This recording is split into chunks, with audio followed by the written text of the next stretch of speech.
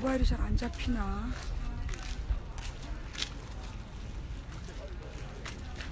잡혔다.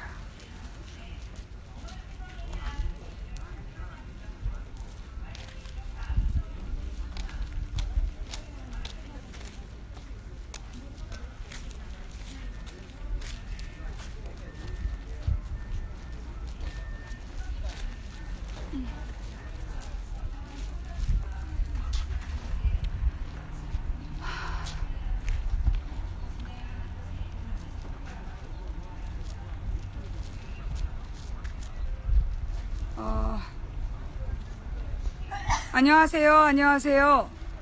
망치부인입니다. 서울 도봉구 창동 사는 불량주부 망치부인이 오늘은 이곳 목포신앙, 목포신앙에 저 세월호 앞에 와서 방송을 하게 되었습니다. 제가 이제 오늘 시사적인 이야기는 먼저 저 근처에서 먼저 다루었고요. 그리고 지금 이 시간에는 이제 이 세월호 선체 앞에서 보내드리는 특별 생방송을 보내드리도록 하겠습니다. 지금 여기서 보시면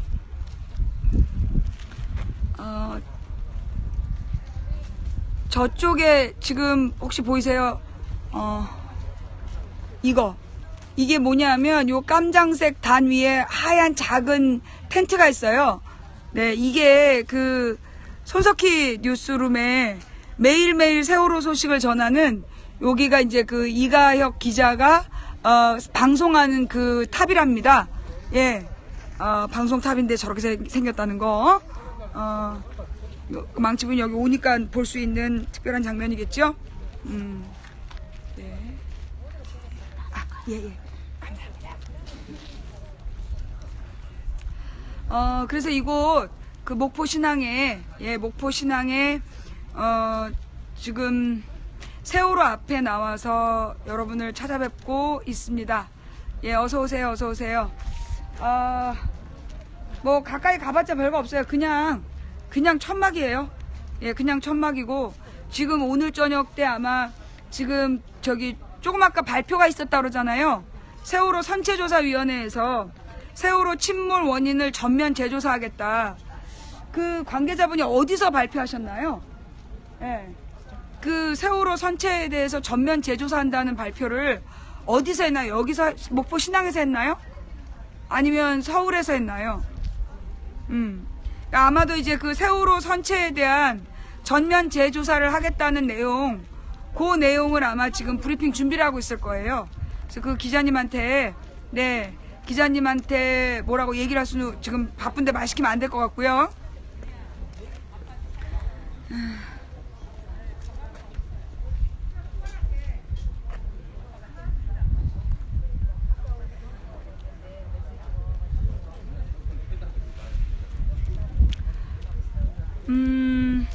자, 일단 여러분, 이제 제가 오늘 왜 여기 왜 왔을까? 목포에 지금 왜 왔을까?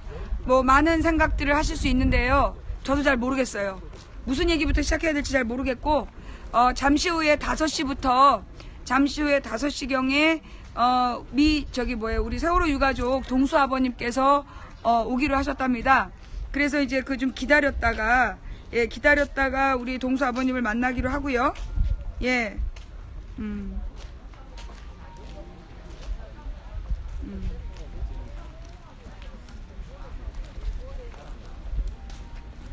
그 3시에 세월호를 보러 들어간다는데, 제가 지난번에 따라 들어갈 수 있을까 했는데 유가족이 아니면 따라 들어가지 못할 것 같다.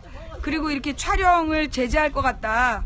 그런 얘기를 미리 들어서 제가 아까 3시에 들어가는 유가족분들을 따라 들어가진 않았습니다. 아무래도 이제 제가 유가족이 아니다 보니까, 그리고 이런 촬영을 할 때 그 절차가 좀 복잡한 것 같더라고요. 그래서 그냥 저는 그 선체에 들어가는 거는 들어가지 않고, 그리고 지금 이제 나오신 분들, 유가족분들을 만나서 이야기를 하도록 하겠습니다. 세월호 여기 보여주면 안 돼요? 이게 배경을 두고 촬영을 할 수가 없게 돼 있어가지고. 아. 너무 이렇게 틀고 하시죠? 네. 그래요? 아, 그 세월호를 보여드리면 안 돼. 항만 때문에? 네, 항만이다 보니까 보안구역이어가지고. 그것 때문에. 그래, 알겠습니다. 예. 이쪽을 보고 할게요. 예, 가서 저쪽? 안 될까? 그래, 아니, 뭐 저쪽에 보고 하면, 저기, 누구야. 이가혁 기자가 혹시 올라오고 불 들어오면 볼 수 있겠지. 자, 여기는, 예. 여기가 이가혁 기자가 이따가 8시에 올라와서, 예, 불 켜고 방송하는 요 천막이니까, 혹시 이가혁 기자가 올라오는지 제 뒷배경을 살펴주시기 바랍니다. 네, 하란데. 제가 제 오른쪽으로는 지금 세월호가 보이고 있고요. 근데 여기가 지금 이제 목포 신항만이라고. 근데 이제 이 항만 보안, 이게 왜냐하면, 왜 보안 때문에 저러냐 궁금하시죠? 네. 이유가 뭐냐? 이게 미립국 하는 사람들이, 우리나라에 미립국 하는 사람들이 다 항구로 들어온대요. 예, 배 타고 들어오는 거야. 그리고 이제 배 타고 미립국에서 들어올 사람들이 여기 위치를 잘 알면 좋잖아. 그러니까 이제 이렇게 사진을 찍어가지고 이 자료들이 보여지면 얘네들이 이제 그걸 보고 들어온다. 그래서 이 항만 촬영이 금지되어 있는 거예요. 요즘은 구글로 다 보이는데, 구글 지도로 다 구글 위성으로 다 보이는데, 이 법이, 예, 법과 제도가 못 따라가고 있는 거죠. 예.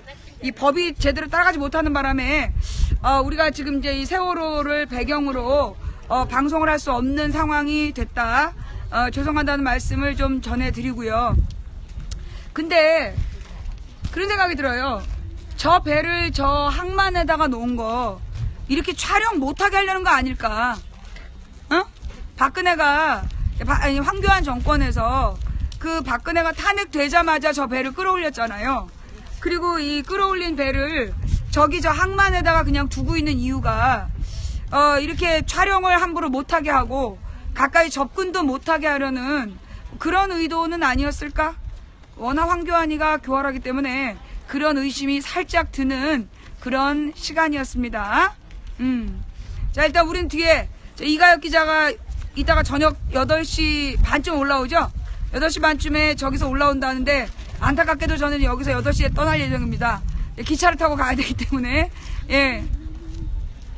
네? 축하합니다. 유튜브에서 맨날 봅니다. 망치부인. 네, 반갑습니다. 감사합니다. 네, 망치부인입니다. 반갑습니다. 은하 엄마 어디 있어? 근데 저기 오시는 분. 망치부인. 맨날 봐요. 시원시원해서. 네, 감사합니다. 네, 감사합니다. 더 일찍 오지 못해서 죄송합니다. 신물도 있고 날씬하고. 감사합니다. 반갑네요 진짜로. 네. 맨날 본다니까요. 너무 내 속이 시원해서. 네. 사진 찍어드릴까요? 감사합니다. 예, 찍어줘. 지금 사진 찍어 안 돼요. 아, 죄송해요. 예, 유가족 분들 때문에. 예. 지금 우리 은하 어머님이, 혹시 은하 어머님이면 지나간다 한번 말씀을 드릴 수 있는지. 예. 예.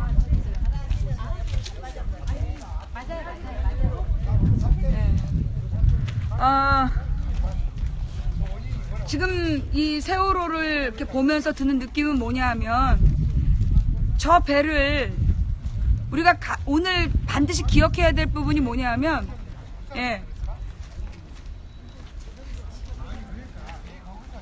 예. 이 배가 올라오는 데까지 3년이 걸렸잖아요. 예, 2년 한 10개월 정도가 걸린 것 같은데, 사실 저 배를 더 일찍 건질 수 있었는데, 저 배를 건져 올리는 게 그렇게 어렵지 않았는데, 그 박근혜 대통령이 탄핵될 때까지 기다렸다가 탄핵이 결정되자마자 저 배가 올라오잖아요. 그죠? 예. 탄핵이 결정되자마자 저 배가 올라왔고, 그래서 지금 올라와서 이 목포 신항의 위치를 차지하고 있는데, 목포 신항의 위치를 차지하고 있는데, 사실은 저 배를 민간인들이 들어갈 수도 없고, 예. 하루에 두 번 유가족들더러 이 배 주변을 둘러볼 수 있는 기회를 줬었대요. 그리고 이제 아마 요 며칠 전부터 배 안에 선체 1차 수색이 끝내서 유가족들더러 이렇게 한 번씩 들어가서 보게 해주나 봐요. 그러면서 저 안에서 오셨어요. 아유, 힘드시죠? 아주 아닙니다. 자, 우리 저기 단원고 약전 읽기에서 같이 뵀던 어머님이십니다. 네, 반갑습니다. 최강희 엄마입니다. 네, 어떻게- 저장소에서 당번으로 왔어요. 일하러 왔어요. 그럼 여기 오셔서 무슨 일 하시는 거예요? 안에서 유류품 찍고 이런 거. 그럼 요즘에 이제는 거의 다 안 이제 다 거의- 끝났죠? 아니요, 이제 화물 나오면 또 해야 되고. 화물까지도. 네, 내일 이제 뻘 작업 내일 쉬고 모레 비 온다 해서 내일 모레 쉬어서 이제 오늘 일이 없어서 지금 일찍 나왔어요.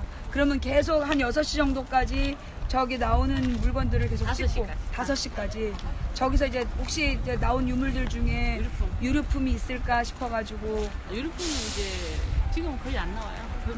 거의 다 나와요. 끝냈고. 네, 이제 화물 수색 들어가면 이제 화물 그런 것까지 다 작업하는 걸로. 그걸 지금 정부에서 뭐 지원하겠다 뭐 이런 거에 대한 논의는 지금 진행되고 있는 게 아니 없죠? 없어요. 계속 유가족분들이 알아서 고생이 많으십니다. 네, 수고하세요. 감사합니다. 재강희 어머님 수고하세요. 네, 이렇게 해서 우리 단원고 약전 읽기에서 만나 뵀던 재강희 어머님 모시고 오늘 오셔서 하는 일은 뭐냐면 이 유가족분들이 이렇게 나갈 것 같은데? 이효리 나갈 거. 아니 괜찮아요. 아니야. 옮길까요? 좀 들어주세요. 네.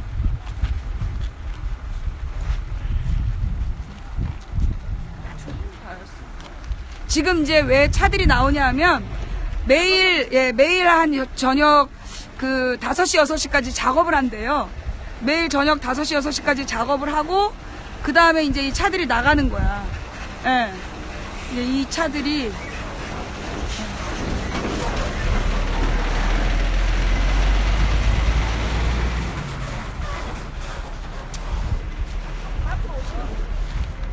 또 차가 나가나?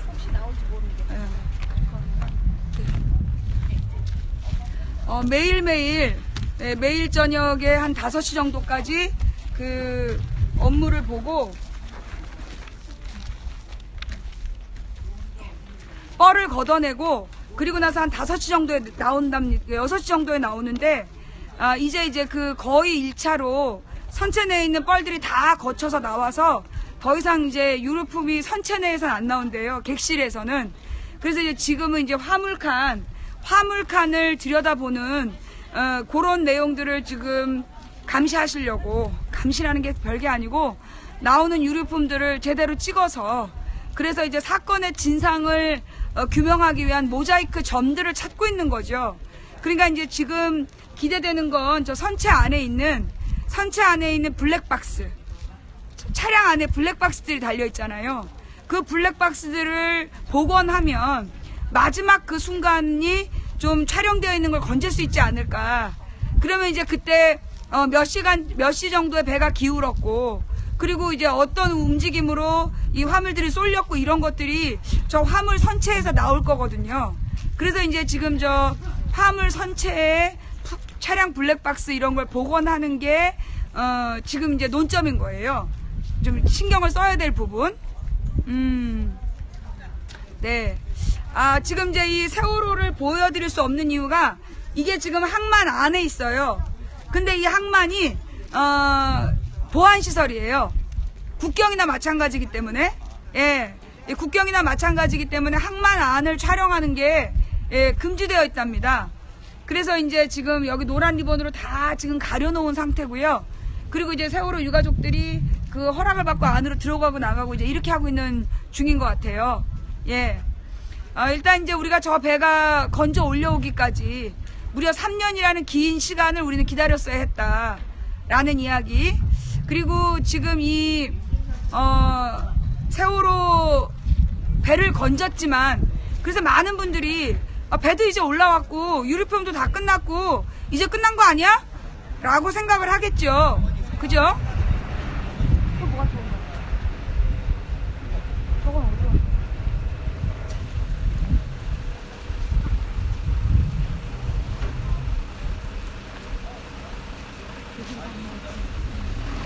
좀 들어주세요. 굉장히 어렵네요. 내 찾길이라서. 그럼 이렇게 하자. 이렇게 해서 여기 청소하는 것 같아. 네, 청소차요. 그러니까 이 안에서 우선 저기 긁어낸 다음에 안에 들어서 청소하고 이런 건가 봐요.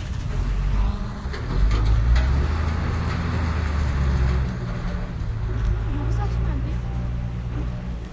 그쪽에서요? 아니, 나 그래도 세월호를 보면서 하고 싶어서, 나라도. 뭐, 이렇게 하시면 네. 될 것 같아요. 네. 못 보여드려도, 네, 근데 그렇죠. 여기 네, 안에서 이렇게 또 하시면 담배를 돼요. 피시기 때문에.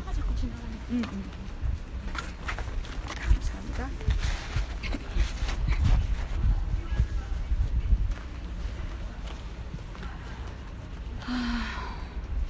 네. 동서 아빠 나오신다. 나오셔요? 저기. 지금 이제 동수 아버님 나오고 계십니다. 그래서 오늘 있었던 이야기를 좀 들어보고요.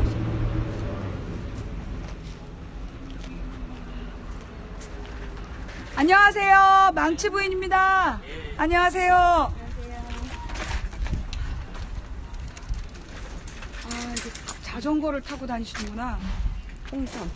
홍삼이요? 지금 몇 시죠? 내린 거지. 감사합니다. 네.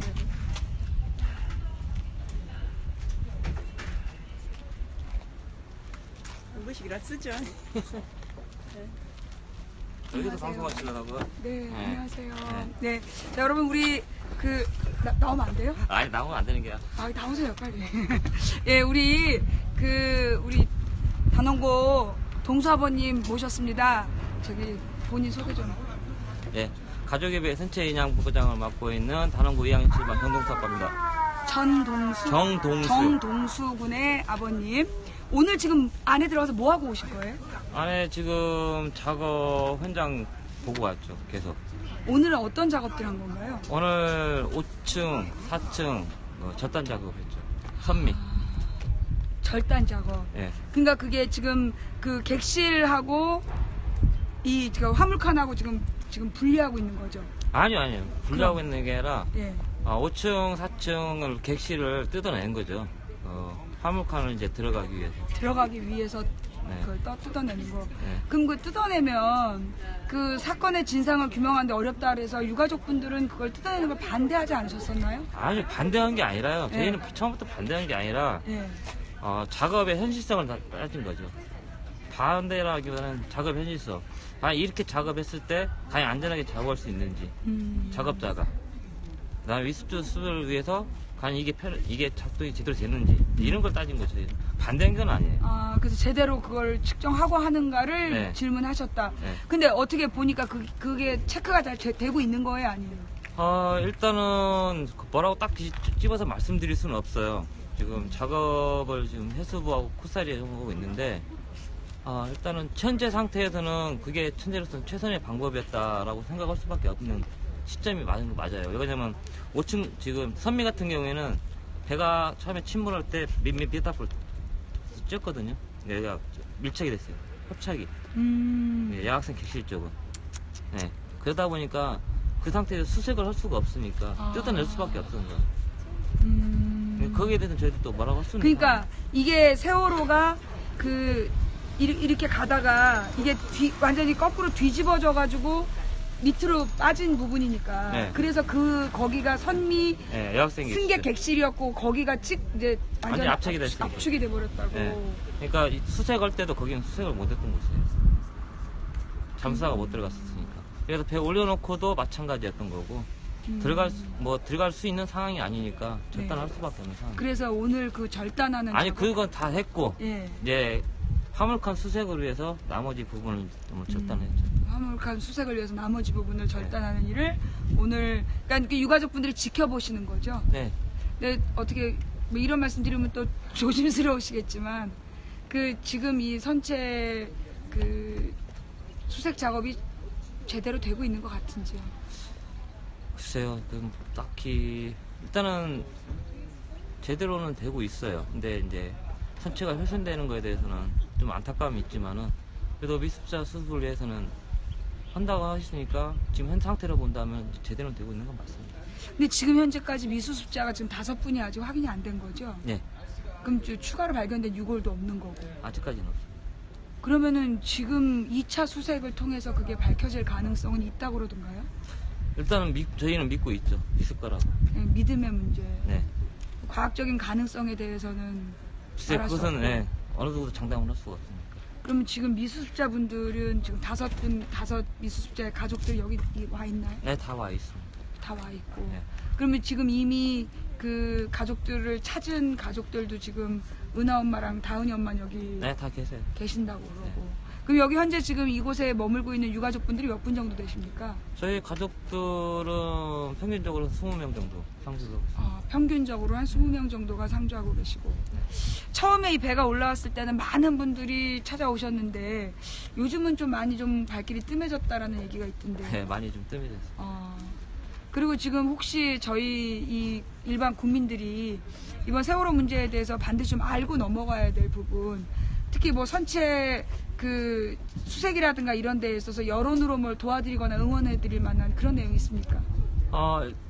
수색보다는 수색은 일단은 진행 과정이고 끝까지 지켜봐야 되는 게 좀 수색이니까 여기에서는 솔직히 저희들이 여론을 가지고 할 수 있는 건 없어요. 솔직히 그래서 해주신다 그러면은 지금 저희가 안산에 4.16 안전공원을 좀 추진하고 있거든요. 네. 예. 그쪽에 좀 힘을 실어주시면 좋겠다. 지금 아이들이 이제 여기서 어떻게든 다 수습은 될 거 아닙니까? 네. 그럼 그 아이들이 이제 가야 할 장소가 안산인데 안산에 지금 일부 시민분들이 반대를 하고 있으니까 그게 좀 안타까워요. 근데 그 일부 시민이 반대하는데 그 목소리가 찬성하는 시민들보다 많은가요? 글쎄요, 지금 제가 여기 한 80이 넘게 여기 있다 보니까 안산 상황은 잘 모르시고. 그럼 지금 아마 안산시장이 협조적인지 아닌지에 대해서도 잘. 글쎄요, 안산 시장이 그렇게 썩 협조적인 건 아닌 걸로 알고 있습니다. 그래요. 고생이 많으시고요. 이게 지금 벌써 한 3년 넘게 지금 이 컨테이너 생활을 하고 계시는 것 같은데. 네. 너무 힘드시지요? 아니요, 여기는 그래도 다른 데보다 낫습니다. 그래요? 네. 어떤 면이 나아요? 일단 지금 컨테이너가 있잖아요, 여기는. 그러면 다른 데는요? 다른 데는 컨테이너가 없었죠, 전부 다. 거기 그 동거차도 이런데? 통고차도 마찬가지였고, 광화문. 처음에는 없었잖아요. 그 다음에, 어디냐, 청운동 사무소, 국회, 없었잖아요. 여기 훨씬 낫죠. 그래서 여기는 그래도 컨테이너가 있기 때문에 굉장히 다른 데보다 낫다는 이야기를. 예. 아유, 우리 아버님 너무 고생이 많으시고, 제가 동수 학생에 대해서는 잘 모르는데 혹시 나중에 제가 단원고 약전 읽기에서 우리 동수군에 대해서 또 아버님께 듣는 시간이 있었으면 좋겠습니다. 알겠습니다. 네, 저희 시청자분들께 뭐 당부하고 싶으신 내용은? 세월호를 지금 뭐 잊지 않겠습니다 하시는데요. 세월호를 머릿속이 아닌 이 따뜻한 마음으로 좀 기억해 주셨으면 좋겠다. 이런 말씀 드리고 싶습니다. 감사합니다. 가시기 전에 오늘 그 선체조사위원회에서 세월호 침몰 원인부터 전면 재조사하겠다는 발표가 난 거 알고 계신가요? 아직 못 봤어요. 그건 잘 못 보셨고. 네. 예, 알겠습니다. 그럼 발표가 있는데 유가족분들의 입장이 어떠신지 궁금해서 나중에 또 연락드리겠습니다. 고맙습니다. 네. 감사합니다. 예. 자, 지금 이렇게 해서 우리 동수 아버님이 지금 이제 오늘 작업을 뭐를 했냐 했더니 이제 이 세월호 뒤에 화물칸으로 들어가는 통로를 만들기 위해서 4층, 5층을 분리해내는 작업, 그거를 이제 유가족분들이 가서 지켜보시는 거예요. 왜 그러냐면 이렇게 이제 지금 사실은 많은 전문가들이, 국제사회의 많은 전문가들이 저 배를 원형 그대로를 유지해야 된다. 그래야 사건의 본질을 보다 더 분명히 파악할 수 있다. 이런 말씀들을 하시기 때문에 유가족분들은 이 선체를 분리해내는 거에 대해서 좀 불안한 마음이 좀 있으셨던 것 같아요. 근데 이제 무엇보다 여기 세월호 유가족분들의 제일 원칙은 미수습자를 수습하는 걸 원칙으로 한다. 그래서 지금 미수습자를 수습하기 위해서 배를 뜯어냄으로 인해서 감수해야 되는 진실을 밝히는데 좀 한계, 그게 있더라도 일단 미수습자를 찾기 위해서 선체를 이렇게 분해하는 부분을 이제 동의를 할 수밖에 없는 그런 상황인 거죠. 그래서 이제 아까 우리 은하 어머님도 지나가셨는데 뭔가 되게 심각한 모습으로 전화를 받고 지나가시더라고요. 그러니까 이제 제가 일부 느끼기에는 미수습자 가족분들은 아직 이게 왜 미수습자 가족의 의미가 뭐냐 하면 죽음을 인정받지 못한 거예요. 예. 이 유가족하고 미수습자의 차이가 뭐냐 하면 저 미수습자분들이 요구한 게 뭐였냐. 우리도 유가족이 되고 싶다. 이 배에서 죽은 게 틀림없음에도 불구하고 시신을 찾지 못하면 사망자로 인정을 못 받는 거예요. 그러면 유가족의 입장으로 발언도 못 하는 거야. 그러니까 이 미수습자 가족들은 유가족이 아니에요. 그러니까 유가족 입장으로 무슨 성명을 발표하든 뭐 어떤 법적인 조치를 요구하든 거기에 이름을 올릴 수가 없는 거야. 법적 지위가 유가족이 아니에요. 예. 그래서 이 미수습자 분들이 뼈조각 하나라도 찾아서 이 사망이 확인이 돼야 그 다음에 유가족으로서의 싸움을 할 수 있는 거예요. 예. 그래서 그 사망 진단서를 받기 위해서 이 길고 긴 싸움을 계속하고 계시는 중입니다. 근데 이제 이 미수습자 가족이 지난 3년 동안 9분 가족이었잖아요. 9가정이 계속 그 미수습자들을 찾아달라는 요구를 하시면서 같이 살아오셨기 때문에 그러니까 지금 그 9가정 중에 4가정은 시신을 수습했어요. 그래서 이제 사망 진단을 받았는데 나머지 5가족은 그러면 이제 나중에 혼자 남아야 되잖아. 그래서 지금 다은이 엄마랑 은하 엄마는 자신들의 딸들을 찾았지만 안 가고 여길 떠나지 않고 여기 지금 같이 지키고 계시는 거예요. 다른 유가족분들도 마찬가지고. 예. 그래서 지금 다른 유가족분들까지 다 그러니까 다른 미수습자분들이 유가족이 될 때까지 아휴 5가족이 유가족이 될 때까지 이분들이 계속 모여 계시겠다. 그런 공간인 거죠. 네. 우리는 배를 건져 올리면 9분의 미수습자를 모두 수습할 줄 알았는데 사실 지금 이 5부분들은 이 5가정은 뭐라고 지금 말로 설명할 수 없는 상황일 것 같아요. 왜냐하면 지금 객실을 다 걷어냈어요. 객실에 있는 뻘흙을 다 걷어냈기 때문에 지금 1차로 못 찾으면 과학적으로는 찾을 가능성이 많지 않은 상황이에요. 예. 근데 지금 그러니까 이제 포기하라고 사람들이 그럴 거 아니야. 야, 너네 가족들은 유실됐나 보다 라고 얘기할 거 아니에요. 그러면 이분들은 영원히 미수습자 가족으로 남아야 되는 상황이에요. 예. 그러니 이제 2차 선체 수색을 지금 이제 시작하겠다. 정밀 수색을 다시 시작한다는 거예요. 근데 이제 제가 볼 때는 이 포대에 그 진흙을 막 뻘흙을 걷어내갔잖아요. 그런 걷어내간 뻘흙을 다시 재조사를 해야 될 것 같아.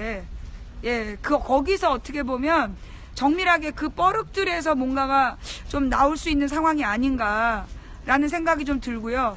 왜냐하면 지금 남아있는 건 저 그러니까 화물칸만 남았어요. 그래서 저 화물칸에서 일반 승용차에 달려있는 블랙박스, 그 블랙박스의 마지막 촬영분, 그 마지막 촬영분을 가지고 마지막 상황, 배가 침몰하는 마지막 상황을 복원할 수 있지 않을까. 이제 이 부분을 생각하고 있는 건데, 그러니까 블랙박스가 꺼질 때까지 녹화된 장면이겠죠. 그러니까 이제 블랙박스가 물에 잠기고 그 마지막으로 녹화된 24시간. 보통 블랙박스가 24시간에서 48시간까지가 녹화되잖아요. 그러니까는 작동이 중단될 때까지, 작동이 중단되는 마지막 48시간들의 블랙박스들을 복원을 하면 우리가 이 배의 침몰 원인을 보다 더 분명히 알아낼 수 있는 거 아니냐. 그러니까는 지금 나와 있는 이야기는 뭐였냐면 저 배 안에 그 제주도로 가는 철근이 있었다. 그 철근이 단위 면적당, 한마디로 부피는 작은데 무게가 너무 많이 나가서, 그런데 그 철근이 제대로 고박되어 있지 않았다. 그러니까 그 철근이 제대로 고정 결박이 되어 있지 않았다. 그런데 이 파도가 막 치면서 한쪽으로 기울면서 뭔가 쿵 소리가 났다라는 게 우리가 세월호 당시에 많이 들었던 내용이잖아요. 쿵 소리가 났고 배가 기울었다. 그리고 이렇게 암모니아 냄새가 났다. 그러니까 삶은 달걀 냄새가 났다. 이런 이야기들이 마지막 증언들이었단 말이에요. 그 생존자들의 증언 내용이었거든요. 그러니까 그 배가 몇 시부터 기울기 시작했는지 이런 것들을 이제 복원해내기 위해서 저 화물들을 수습해야 되는, 그리고 또 하나 저 화물들 때문에 사실은 저 화물을 실었던 화주들이 굉장히 큰 손해를 봤어요. 그런데 그 엄청난 손해를 봤음에도 불구하고 어디 말도 못하는 거야. 말도 못하는 상황이거든요. 그래서 아마 이제 저기서 화물을 수습해내는 게 그 당시에 그 화물의 주인들에게도 어떤 자신의 피해를 증명하는 그런 과정이 되는 거 아닌가. 그리고 무엇보다 저 뱃속에 너무나 많은 그 용량 이상의 초과 용량으로 배에다가 실어서 초과 중량으로 실어보내는 바람에 배가 침몰했다라는 게 그 당시 검찰의 발표였거든요. 예. 이제 그게 맞는지 전부 다 전면 조사를 해야 되겠죠. 이런 말씀을 여기서 유가족분들께 드리면 또 기분 나빠하실 수도 있는데, 사실 저 세월호와 이 한미 정상회담과 무관하지 않다는 거. 예. 지금 우리들이 가장 관심을 갖고 있고 우리 국민들이 막 불안해하는 게 지금 한미 정상회담이 잘못되면 어떡하나, 그래서 한반도가 전쟁 위험으로 몰려가면 어떡하나, 이게 되게 관심사들이에요. 근데 망치가 뭐하러 지금 저 다 끝난 세월호에 와 있나, 이런 생각들을 하실 수 있을 것 같아요. 근데 저 세월호와 한미 정상회담은 무관한 사건이 아니라는 거죠. 왜냐하면 저 배 안에 있었던 철근, 그게 키예요. 그 철근이 뭐였냐 하면 그 제주도에 해군기지를 짓는데, 그 제주도 해군기지를 짓기 위해서 무리하게 빨리빨리 막 밀어붙이는 중에 그 철근이 필요했던 거죠. 그래서 그 전날 그 철근을 실어보내라고 했는데 오하마나오 선장은 정규직이었어요. 그 사람이 거절을 했다고 합니다. 그래서 오하마나오에 실리지 못한 철근이 무리하게 저 세월호에 과적된 거예요. 그래서 제주도로, 예, 강정마을의 미 해군기지를 짓기 위해서 무리하게 철근을 실어 날라야 됐고, 그 철근을 실으라고 강요한 게 그 당시에 국정원이 아닌가, 이 부분도 의혹으로 여전히 살아남아 있어요. 왜냐하면 저 세월호를 관리했던 기관이 국정원이다. 이게 지금 그 당시에 밝혀진 서류 내용이거든요. 저 세월호 안에서 잠수사가 노트북 하나를 건졌어요. 그래서 그 노트북 안에 있는 내용을 이 유가족들이 그 국정원이 내려오기 전에 빨리 그 광주 법원에다가 증거 보전 신청을 해버렸어. 그래서 이제 광주 법원에서 그 노트북을 안에를 수색한 거예요. 그러니까 그 안에 복원을 했죠. 하드를 복원해서 뭘 찾았냐면 국정원 지시사항이라는 문서를 찾아내요. 그런데 그 국정원 지시사항이라는 그 문서 내용이 뭐냐면 인테리어 뭐 어디를 고쳐라, 그 다음에 뭐 어디에 뭐를 조정을 해라, 그런 지시사항들이야. 근데 그 지시사항이 국정원에서 저 세월호가 무슨 뭐 국가기관 뭐 운행물이기 때문에 관리하는 수준이 아니라 저 배를 유지 보수하는, 한마디로 관리자, 저 배의 관리자들이 체크하고 점검할 만한 내용이 국정원 지시사항에 들어있었다는 거예요. 그래서 그 당시에 나온 얘기가 뭐냐면 세월호의 실소유주가 국정원 아니냐, 예, 세월호 실소유주가 국정원 아니냐라는 당시에 문제제기가 있었어요. 그리고 그 당시에 이 국정원이 무리하게 강정마을에 미해군 기지를 때려 지었어야 돼서, 그래서 그날 다른 배들은 뭐 때문에, 그 시간 때문에, 그 날씨 때문에 바깥으로 나올 수 없었던, 그러니까 출항할 수 없었던 그 인천공항에서, 인천 항만에서 세월호만 출항을 시켰던 거 아니냐. 제가 여러 번 말씀드렸지만 그 배가 저 7,000톤급의 배가 출항하려면 출항 준비하는데 2시간이 걸린대요. 이게 이제 그 배에서 일하시던 분들의 제보예요. 그런데 그날 저녁에 오후에 6시경부터 배 띄울 수 없다, 그게 공식적인 발표였고, 근데 9시경부터 9시 반까지인가가 한 30분, 8시 반에서 9시인가, 9시에서 9시 반인가, 그 시간에 딱 30분 동안 출항허가가 갑자기 나요. 그러면 이 배가 그 30분 안에 출항할 수 없었다는 거죠. 출항 준비에 2시간이 걸리니까. 그러면 이 세월호가 출항하는 날 당일에 30분짜리 잠깐 순간 허가가 날 거라는 걸 저 배는 알았을 수 있다는 거예요. 그러니까 다른 모든 배가 출항 못할 때 세월호만 출항했다는 거죠. 그렇게 무리하게 세월호를 출항시켰던, 근데 그 당시 상황이 뭐였냐면 시계가 1km가 안 됐대요. 이건 큰 배를 출항시킬 때 저게 지금 굉장히 큰 배예요. 저 앞뒤로 뭐 몇백 미터 되는 배인데 몇백 미터 되는 배가 앞으로 가는데 1km가 시계가 안 잡히면 출항 금지가 원칙이에요. 그런데 그래서 다른 배들은 모두 출항이 금지되어 있었는데 세월호만 출항했다는 거죠. 그거는 말이 안 되는, 논리적이고 객관적으로 말이 안 되는 상황이었어. 그런데 세월호가 출항했고 결국 파도가 너무 드센 상황에서 제대로 고정 결박되지 않은 철근들이 한쪽으로 쏠렸고 그게 배의 균형을 잃게 해서 배가 침몰하게 되는. 예. 죄송합니다. 예. 여기가 기록실이에요? 혹시 여기 기록실에서 일하시는 분 한 분만 좀 혹시 저 아프리카 TV에 망치 부리려고 하는데 아니죠. 저희는 얘기하면 안 돼요? 예. 말하는 건 아니고 그냥 아니 뭐 좀 물어보고 싶어서. 아니요. 가족분들한테 물어보세요. 네. 아니 그 세월호 제가 그 기록실에서 일하시는 분들이 테러 당했다는 얘기 들은 것 같아서. 그런 적은 없습니다. 왜요? 저기 하드 디스크가 날아가고 이런 거 없었어요? 없어요. 예. 여기서 언제부터 계셨어요? 여기 쭉 같이 쭉 계속 처음부터 있었는데 그런 일이 없었다?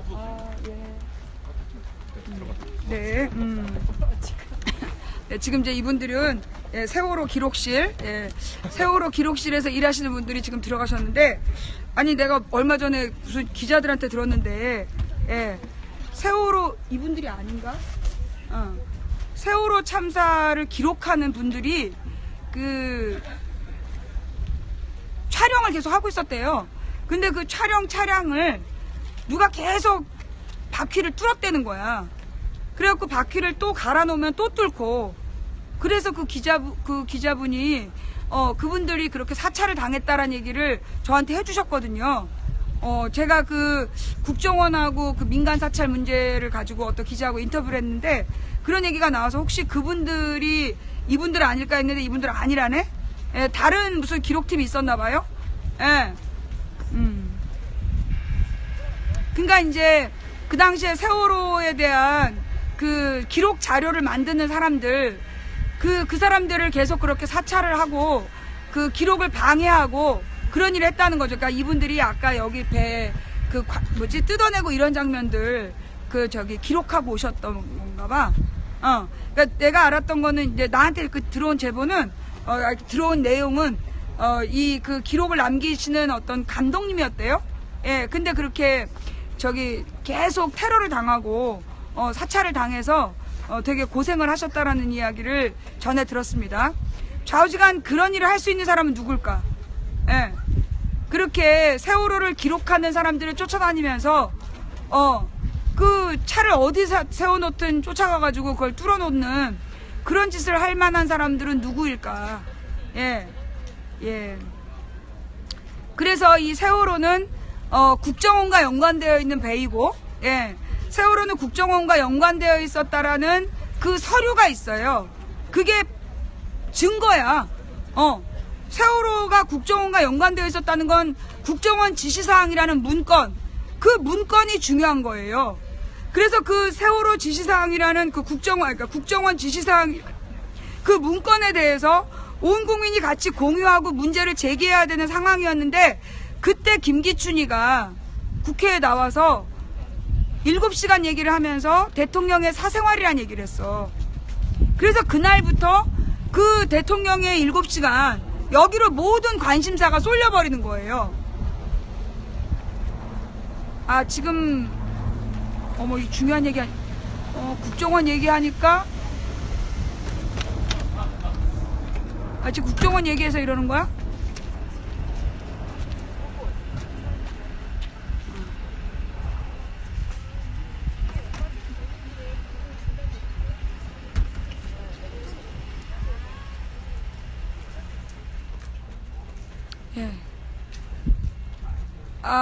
지금 어디부터 못 들으셨어요? 국정원 얘기하니까 끊겼죠? 그 세월호 기록 감독이 사찰당했다는 얘기까지는 들으셨나요? 예. 세월호 기록하시는 분들이 사찰당했다는 얘기, 그거는 제가 거기까지 들으셨어요. 예.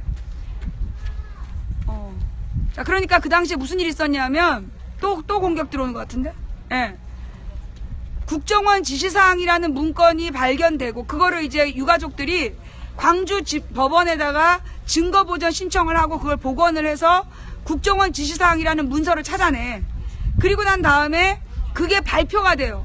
그래서 우리가 기사로 내가 막 읽고 있는데, 그때 김기춘이가 국회에 와서 한 말이, 대통령의 7시간은 비밀이다. 그 7시간이 뭐냐면 그날 아침 10시 반부터 5시 반까지가 비밀이라는 거야. 사생활의 비밀. 대통령의 사생활이니까 그 7시간을 묻지 마라. 잘 모르겠다. 이런 얘기를 해요. 그러자 모든 언론이 그날부터 그 아침 10시 반부터 5시 반까지 대통령이 7시간 동안 뭐 했냐. 거기에 대한 기사들을 막 쏟아내고, 그러면서 막 무슨 최순실의 재산 쫓아다니는 사람들이 정윤회를 불러서 만난데 만에, 그리고 그때 조선일보에서 그 얘기를 내. 아까 그 전전날인가 전전날에 김기춘이 나와서 7시간을 대통령의 사생활이라고 얘기를 하고 들어가고, 그 국정원 지시사항이란 문건이 발견된 날 조선일보에서 정윤회 풍문을 보도화해요. 그죠? 찾아봐. 맞지? 그때 상황이 국정원 지시사항이라는 문건이 딱 올라왔어. 그게 기사로 막 나오기 시작하자 조선일보에서 그 7시간 동안 대통령이 정윤회를 불러들여서 만났다. 이런 풍문이 돌고 있다라고 그걸 보도했어요. 그래서 막 사람들이 7시간 동안 정윤회랑 무슨 짓을 했냐 이러면서 엉뚱한 방향으로 막 가. 그걸 일본 언론사에서 그걸 그대로 받아서 보도했는데, 그 일본 언론사는 다 고소를 했어요. 그런데 조선일보는 고소 안 했어. 그 그러니까는 그 일본의 언론사는 조선일보 보도 내용을 보고 기사를 썼는데, 그런데 그 조선일보는 고소를 안 하고 청와대에서 일본 언론만 고소를 한 거야. 그래서 조선일보의 보도 내용을 받았으면, 그거를 너희들이 받아서 2차 보도하면 너네들 고소하겠다라고 이제 협박을 한 거죠. 조선일보는 안 건드리고. 그런데 그 조선일보의 보도 내용 때문에 그 세월호를 국정원이 지시하고 관리했다라는 내용은 완전히 잊혀지고 정윤회와 박근혜 스캔들로 내용이 휩쓸려 갔어요. 그게 그 7시간 스캔들이야. 근데 제가 계속 그 10시 반은 뭐냐면, 그때 청와대에 어떤 놈이 해경에다 전화를 해가지고 VIP 지시사항이다.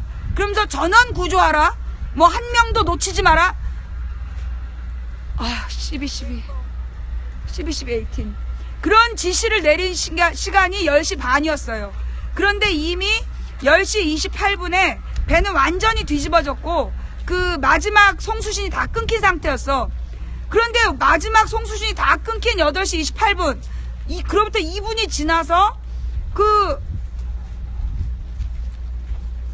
청와대에서 지시사항을 내리는 거야. 한 사람도 놓치지 마라.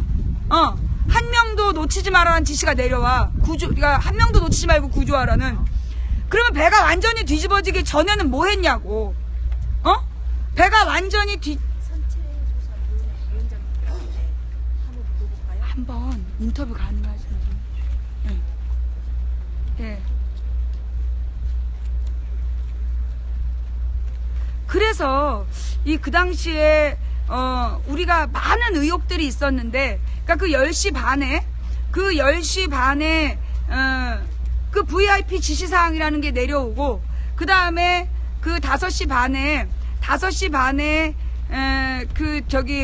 올림머리 막 이상하게 올리고 무슨 상황실에 나타나잖아. 그래서 구명조끼를 입고 있다면서 그렇게 어려운가요? 했던 그 뻘소리 하는 시간이 5시 반. 그래서 7시간 얘기를 하는 거야. 그런데 중요한 건 그날 아침 7시 반부터, 그 7시 반이 왜 중요하냐면, 그날 아침 7시 반에 그 텔레비전 뉴스로 그 진도 앞바다에 여객선이 지금, 군산 앞바다인가 진도 앞바다에 여객선이 지금 침몰하고 있다라는 뉴스 자막이 나온 시간이에요. 그리고 다른 그 생존자들의 말에 의하면 그 7시 반에 배가 몹시 심하게 기울었다. 그래서 음료수병들이 다 쓸려 내려갔다. 그 틀림없이 뭔가에 큰 충격을 받은 시간이다라는 게 7시 반이에요. 근데 그 7시 반부터 청와대 NSC 회의가 9시 반까지 있었어. 청와대 NSC 회의가 7시 반부터 9시 반까지 있었어요. 그리고 그 9시 반은 어떤 의미냐 하면 그 선체에서 승무원들, 승무원들을 전부 다 구조해낸 시간, 그게 9시 반이야. 그러니까 맨 처음에 배가 기울기 시작한 7시 반부터 9시 반까지 NSC 회의를 했고, 그 NSC 회의에 대해서 내용이 아직까지 밝혀진 게 없어. 그래놓고 그 NSC에서 나왔던 김기춘과 그들이 뭐라고, 국가안보실장이 뭐라 그러냐면 뉴스 보고 알았다 그랬어. 그 9시 반에 보도를 보고 세월호 사건을 알았다 그랬단 말이야. 그런데 그 NSC로 보고가 먼저 들어갔다는 제보도 있었어요. 예. 미리 9시 반 이전에 그 NSC 구성원들이 보고를 받았다라는 정황 증거들이 있어. 그런데 왜 그들은 나와서 자기네들이 9시 반에 보도를 보고 알았다라고 거짓말을 했을까? 이것도 지금 애매하고, 하여간 9시 반에 선장과 승무원을 모두 구조해서 그 구조정 1, 2, 3이 현장을 벗어난 시간, 그리고 그때 NSC 회의는 종료가 됐고, 그 시간에 이상하게도 일단 배가 기울기 시작한 7시 반부터 선장과 승무원이 구조된 시간까지만 NSC 회의를 했고, 그 선장과 승무원이 구조된 이후에 NSC 회의는 끝났어. 그리고 그로부터 1시간 뒤에 이 배가 완전히 침몰되는 거예요. 문제는 뭐냐 하면 9시 반부터 9시 반부터 10시까지, 적어도 배가 90도로 기운 게 10시래. 그러니까 9시 반부터 10시까지라도 탈출 지시가 내렸다라면 그 옆에 있었던 둘라에이스호랑 많은 미군 함정들이 구조에 동참할 수 있었다는 거예요. 그래서 세월호 선장에게 계속 아침 8시부터 탈출을 지시해라. 그러면 둘라에이스호에 가서 구조하겠다. 그리고 미 군함도 와서, 미 해군도 와서 탈출을 지시하면 구조하겠다. 그런 내용들을 보내왔는데, 그런데 세월호 선장이 그걸 거절을 했어. 왜 그런지 모르게 거절을 하고 계속 누군가하고 통화를 했고, 그리고 9시 반에 선장과 승무원만 구조정 1, 2, 3호가 데리고 갔다는 거죠. 그리고 그 9시 반부터 10시 반 사이에 그 수백 명의 목숨을 품은 채로 저 세월호는 침몰하고 말았던 거예요. 그러면 우리는 이미 배가 완전히 뒤집어진 10시 반 이후에는 박근혜가 슈퍼맨이라도 못 구해. 박근혜가 신이라도 저 배를 못 건져. 그런데 7시 반부터 10시 반 사이, 그 3시간 동안은 충분히 저 304명을 구조할 수 있는 시간이었다는 거예요. 그런데 그 3시간은 지금도 아무도 문제로 삼고 있지 않아. 사실 모든 사건의 진실은 그 3시간이에요. 그 10시 반부터 5시 반까지 박근혜가 뭐 했는지는 아무 상관이 없는 거야. 걔가 주사를 쳐맞았던, 누구를 만나서 무슨 짓거리를 했든, 누구랑 먼 지랄 연병을 했든 아무 상관이 없는 거야. 아침 7시 반부터 10시 반까지 배가 완전히 뒤집어지기 전에 전원 구조할 수 있었던 그 시간에 아무도 구조 지시를 내리지 않은 이유, 그게 세월호의 진실이에요. 예. 나는 세월호에 대한 진실을 이야기하는 많은 사람들이 잠수함과 침몰했다는 둥, 뭐 앵커를 일부러 내리고 운행을 하다가 앵커가 걸려가지고 배가 뒤집어졌다는 둥, 증거를 댈 수 없는 수많은 그 침몰 원인에 대한 그 허위 사실들을 유포했어요. 지금도 그 앵커를 일부러 내리고 운항했다라는 어떤 증거도 남아있지 않아요. 그죠? 잠수함하고 충돌했다라는 얘기도 지금 어떤 증거도 발견된 게 없어요. 우리가 세월호의 진실을 밝혀야 된다라고 매번 얘기하면서 왜 그 3시간 동안에 무슨 일이 있었는지를 이야기하기보다 그 증거를 댈 수 없는 침몰 원인에 대한 신화를 썼냐는 얘기야. 우리가 지금이라도 이 세월호의 침몰 원인을 전면 재조사하겠다는 선체조사위원회 위원장의 발언, 조금 아까 이렇게 지나갔는데요. 우리 시청자분이 가서 혹시 인터뷰를 해줄 수 있냐 했더니 거절하고 가셨어요. 그런데 이 선체조사위원회에서 조사해야 될 내용은 그 3시간 동안 7시 반부터 10시 반까지 무슨 일이 있었는지를 증명해내는 거, 나는 그게 제일 중요하다고 봐요. 예. 우리가 밝혀내야 될 세월호의 진실은 박근혜가 7시간 동안 뭐 했느냐가 아니다. 제가 지금 3년이 넘게, 지금 오늘로 1160 며칠이 넘도록 계속 외치는 내용이 뭐냐면, 그 아침 7시 반부터 10시 반까지 무슨 일이 있었느냐, 이걸 밝히는 게 세월호의 진상규명이다. 근데 그 3시간에 대해서 관심 있는 게 지금 나밖에 없어. 그죠? 지금 세월호 변호사라고 얘기하는 박주민도 그렇고, 그 3시간에 대해서 문제를 제기한 사람이 아무도 없어. 내가 쓸데없는 데에 관심을 둔 걸까요? 나도 그냥 그 시간에는 관심 끄고, 뭐 7시간 동안 박근혜가 누구랑 뭐 했나 이런 데만 관심을 가져야 될까요? 그러나 내가 누구야? 이기기 어려운 상대하고 싸우면서 지지 않는 단 하나의 방법은 싸움을 끝내지 않는 것이다. 나는 모든 사람이 다 관심이 없어도 나는 그 세월호의 7시 반부터 10시 반까지 그 3시간이 밝혀질 때까지 나는 세월호란 이름을 다 할 거야. 많은 사람들이 나한테 물어봐요. 왜 닉네임이 세월호 망치부인이냐? 네가 세월호 유가족이냐? 네가 세월호에 대해서 무슨 관계가 있다고 세월호 망치부인이냐? 라고 시비를 걸어요. 나는 세월호 유가족도 아니고 이 세월호에 대해서 뭐 보기만 하면 눈물 나는 사람이 아니에요. 뭐 노무현 대통령만 생각나면 눈물 난다는 사람이 있는데 난 그런 사람 아니야. 나는 저 배가 왜 뒤집어지는 그 3시간 동안에 아무런 국가적인 조치가 취해지지 않았는지 단지 난 그게 궁금한 거야. 그걸 우리가 밝혀내지 않으면 다음에 또 비슷한 사고가 일어났을 때 그때 국가가 제대로 조치를 해야 되는 걸 아무도 모를 거고, 그러면 그렇게 뒤집어지거나 떨어지거나 선로를 이탈하는 그 교통수단 안에 내 가족이나 내가 타고 있을 수도 있기 때문에 나는 저 배가 뒤집어지는 그 3시간, 그 3시간의 진실을 밝혀내는 게 우리 모두가 해야 될 일이라고 생각하고요. 저는 그게 밝혀질 때까지 계속 세월호 망치부인으로 살 거예요. 10만 일이 되든 100만 일이 되든, 그때까지 살 수 있을지 모르겠지만 내가 살아있는 한 나는 저 세월호의 저 3시간 그게 왜 밝혀지지 않는지. 아이들이 8시부터 구조 신청을 하거든요. 119에 배가 기울고 있어요 라고 신고하기 시작한 게 첫 신고가 8시 12분이고요. 8시 50분 정도에는 많은 신고가 들어가요. 그런데 그때 해경이 뭐라 그러냐면, 전화를 받은 119랑, 그러니까 119하고 해경이 위도하고 경도를 대래. 애들이 위도 경도를 어떻게 아냐고. 지금 신고하고 있는 애들이 우리의 위도 경도를 어떻게 아냔 말이야. 그런데 계속해서 반복적으로 물었던 게 뭐냐, 배가 가라앉고 있어요 라고 9시 이전에 신고한 애들더러 그때 그 119 신고 접수하는 사람이랑 해경이랑 다 위도 경도를 대라 그랬다니까. 애들이 위도 경도를 어떻게 알아. 그 다음에 중요한 건 그때까지도 이 세월호 선장은 그러면 세월호가 뒤집어지고 있다는 걸 공식적으로 신고 안 했다는 얘기 아니야. 그러니까 애들이 신고했을 때 어디 지점인지도 모르고 있었다는 거 아니에요. 예.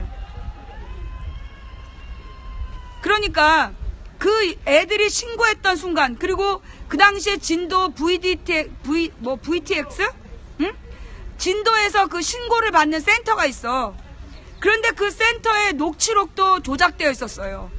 맨 처음에 사건 당시, 사건 직후에는 애들이 신고하고 막 VIP 얘기가 오고 가고 이러는 녹취가 나왔었어. 근데 나중에 국회에서 검사를 하러 갔을 때 진도 VTS에 그 녹취록 원본이 남아있지 않았어요. 그쵸? 그러니까 그러니까 8시 반부터 9시 반 사이가 되게 중요한 시간인데 그 시간에 녹취록이 온전히 남아있지 않아. 애들이 막 신고했던 기록은 있는데, 예, 애들이 막 신고했던 기록은 있는데 그 신고한 기록만 있고 통화 내용이 남아있지 않았어.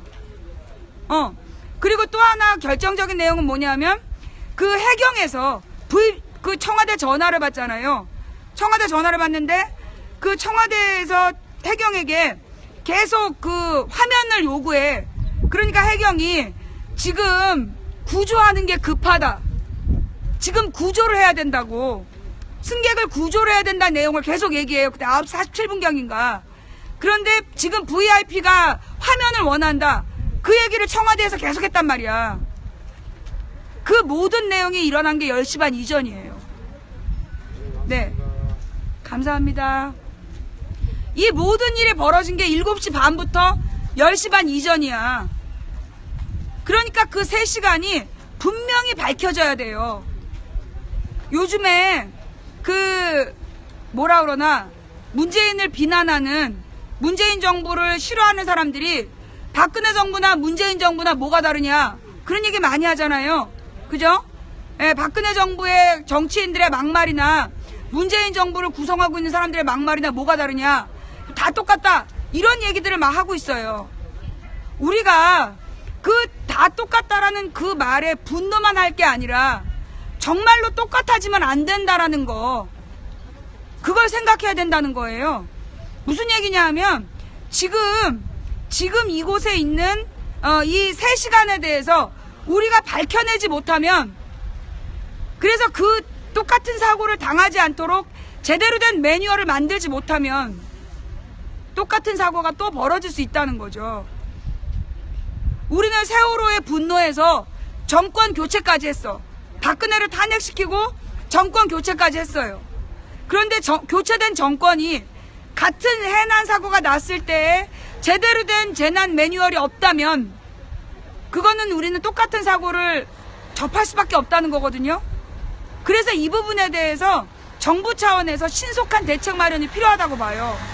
왜냐하면 지금 여러분 보시면 아시겠지만 정치적으로 문재인 정부를 비난하는 사람들이 계속해서 뭔가 마찰거리를 만들고 있잖아요. 가장 무서운 게 뭐였냐면 수락산 화재 사건이야.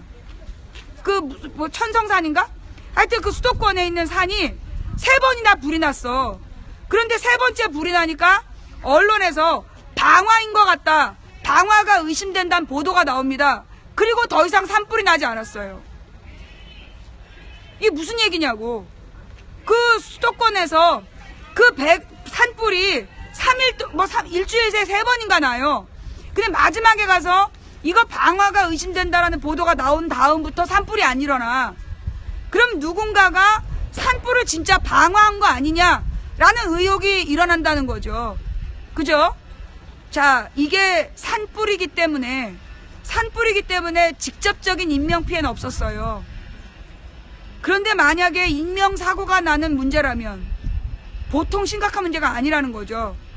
그래서 지금 이 문재인 정부가 인사를 제대로 막 빨리빨리 못 내놓고 있어. 해수부 장관, 소방방재처장, 이런 사람들 지금 제대로 못 내놓고 있는 거죠. 지금 제일 심각한 게, 이 국민의 생명과 안전을 보장하는 그 사람들이 제 역할을 제대로 하게 하는 거거든요.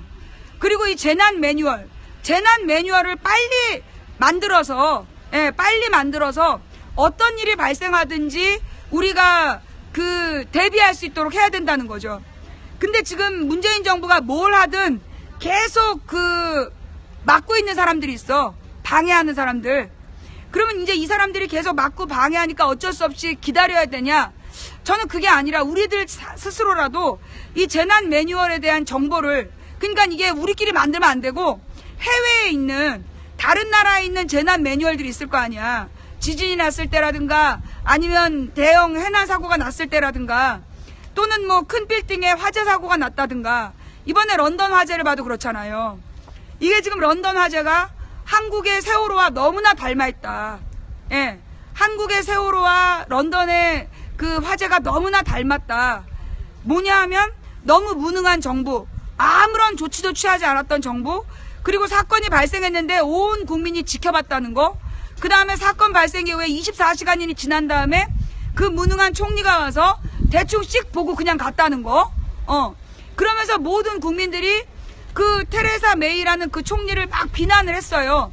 그런데 마침 우연히 런던에서 테러 사건이 일어납니다. 그러면서 그 테러 사건으로 논점이 바뀌면서 테러 반대 집회가 막 일어나는 거예요. 원래는 런던 화재에 대한 분노의 집회가 다 잡혀 있었는데 이게 지금 런던에서 테러 사건이 일어나면서 테러 반대 집회로 지금 물타기가 되고 있는 거예요. 예. 그게 무슨 얘기냐. 우리도 세월호 사건이 발생된 다음에 세월호 유가족들이 무리한 요구를 하고 있다. 뭐 세월호 그 특별법이 뭐 애들에게 뭐 무슨 뭐 의인 지정을 해줘야 되고 뭐 대학교를 뭐 그 가족들이 공짜로 가야 되고 뭐 이 개소리를 막 해서 퍼뜨렸잖아요. 그래서 세월호의 본질을 가리는 물타기가 있었다라면 지금 영국은 더 신속하게 테러를 일으키고 그 테러 반대 집회로 그 런던 화재에 분노한 국민의 민심을 돌린 거야. 그러면서 지금 원래 이 런던 화재가 일어난 날이 언제냐면 그 영국의 선거 바로 다음 날이거든요. 그날이 무슨 일을 해야 되는 날이냐면 지금 이제 영국에서 브렉시트를 하겠다는 당이 과반을 못 먹은 거야. 그러면 국민들이 브렉시트라는 정책에 대해서 반대했다는 뜻이거든요. 그래서 브렉시트라는 게 옳으냐 그르냐, 브렉시트를 할 거냐 말 거냐를 온 국민이 그 토론을 해야 되는 상황이었어요. 그런데 런던 화재가 일어나. 그래서 국민들이 다 멘붕이 됐어. 그래서 브렉시트 자체에 대한 찬반 토론을 못하고 있는데 그때 테레사 메이가 그 10명의 극우파를 모아가지고 그 과반수를 간신히 넘긴 다음에 지금 브렉시트를 계속 협상하겠다. 국민이 반대한 브렉시트를 지금 이 국민들을 런던 화재로 멘붕시켜 놓고 뒤로 진행하고 있는 거예요.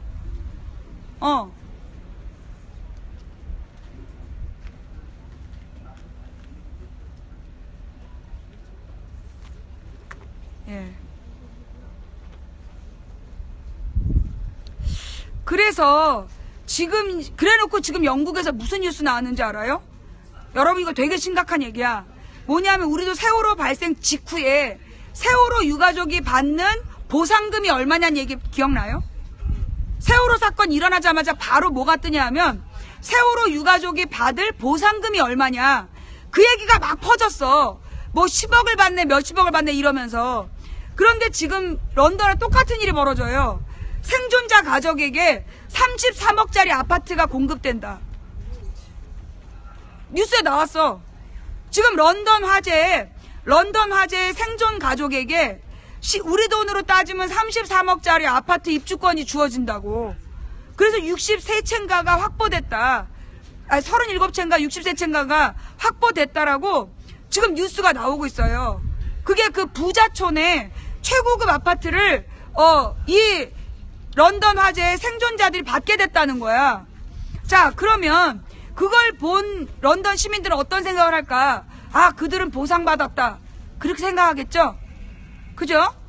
네.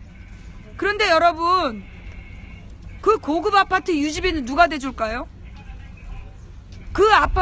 이 화재가 났던 런던 아파트에 살던 그 사람들은 영국의 최빈층 이주민들이었어요. 영국의 최빈층 이주민들인데 그 이주민들이 그 최고급 33억짜리 아파트의 유지 관리비를 어떻게 내냐고. 그거 못 내요. 그들의 소득으로는 그걸 감당할 수 없는 거야. 그러면 왜 그런 고급 아파트를 준다는 얘기를 했느냐 하면 사실 지금 런던 서민들 되게 못 살아요. 그래서 굉장히 지금 불만이 가득 차 있단 말이야. 그 런던 가난한 다른 시민들한테 그 런던 화재 피해자들에 대한 동정심을 거두기 위한 뉴스가 아니냐. 세월호 유가족이 얼마만큼 보상받는다는 얘기를 그때 열불나게 퍼뜨렸던 목적과 지금 런던 화재 피해자들에게 고급 아파트를 지급한다는 내용이 같은 목적의 뉴스라는 거죠. 인간들의 저급한 이기심을 이용해서 사건의 피해자들에 대한 동정심을 거두게 하는 거. 그게 이 뉴스의 핵심이라는 거야. 그러니까 세월호 특별법에 대한 허위 사실도 같은 목적이었어요. 세월호 사건 일어나자마자 뭐라 했냐면 옛날에 자식을 버리고 간 부모가 애가 죽으니까 보상금 받으러 왔더라. 그 뉴스가 바로 떴어요. 그죠? 그런데 그 뉴스를 저는 4년 전에 똑같이 봤어요. 천안함이 침몰했을 때 천안함 유가족들이 사건의 진상규명을 요구하고 있었어. 그런데 그때 뉴스에 뭐라고 나오냐면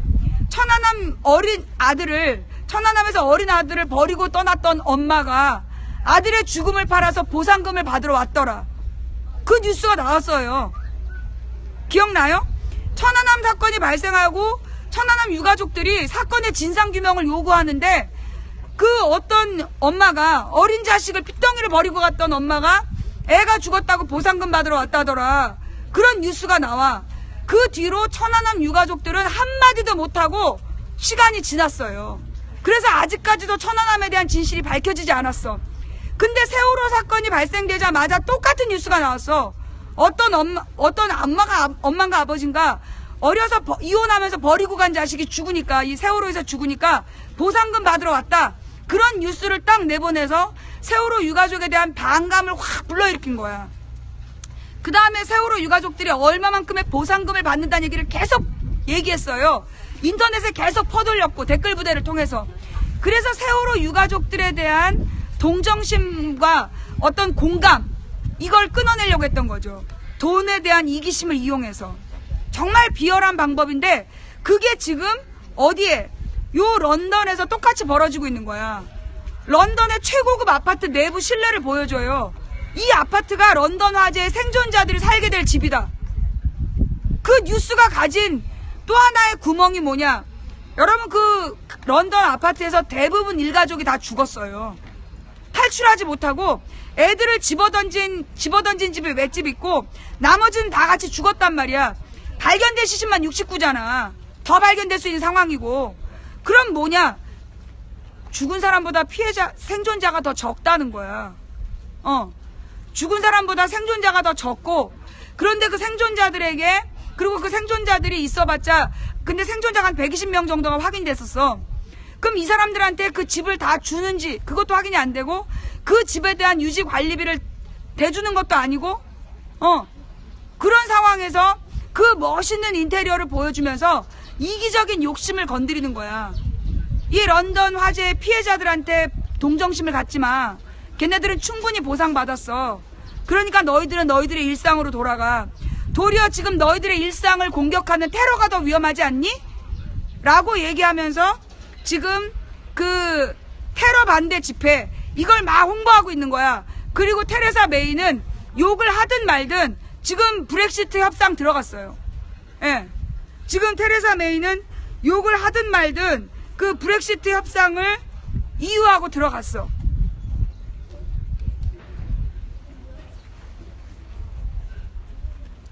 자, 그러면 왜 천안함에서 일어났던 일이 세월호에서 일어나고 런던 화재에서 똑같이 일어날까요? 여기서 우리가 가져야 될 자세가 뭐냐 하면, 여기서 우리가 가져야 될 깨달아야 될 내용이 뭐냐? 같은 원인이라는 거예요. 천안함도, 그리고 이 세월호도, 런던 화재도 같은 원인이라는 거야. 뭐냐면 셋 다 공통점이 뭐냐? 정부 당국자의 무능이에요. 오늘 우리 천안함 이야기도 다시 한번 되살려볼 필요가 있습니다. 당시 천안함은 만들어진 지 18년이 된 배였어요. 근데 이 배가 맨 처음에 2,000톤으로 계획이 됐었대. 2,000톤으로 설계가 돼서 2,000톤짜리 배에 실을 무기가 주문이 된 거야. 그런데 그 당시에 노태우 때 배를 만들 돈이 모자랐던 거예요. 그래서 선박의 숫자를 늘리고 대신에 한 배의 톤수를 줄인 거야. 그래서 1,200톤으로 배를 다 만들었대요. 거기서 문제는 뭐냐? 1,200톤으로 만들어진 천안함에 2,000톤짜리로 주문한 무기가 실렸다는 거야.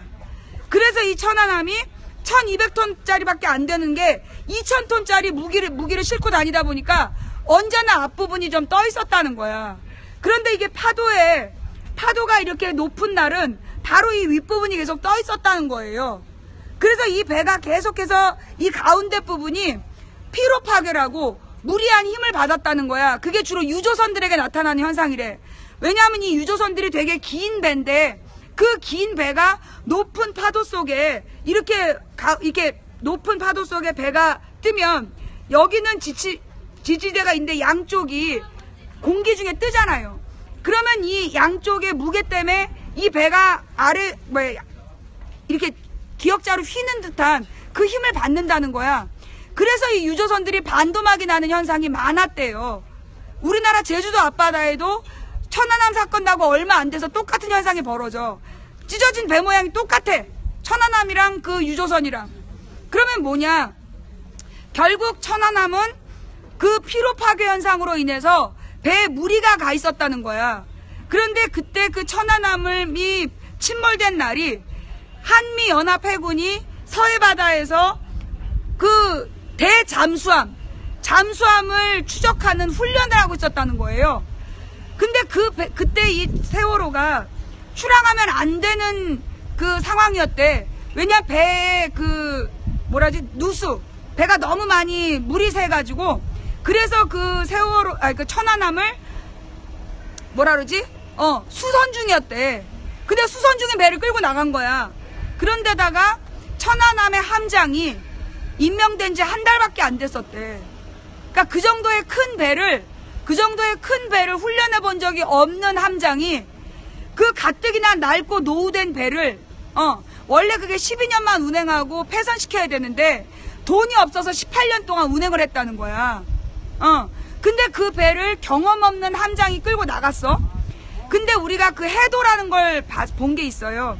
사건 발생 다음날 그 국방부에서 유가족들에게 설명했던 그림이 하나 있어.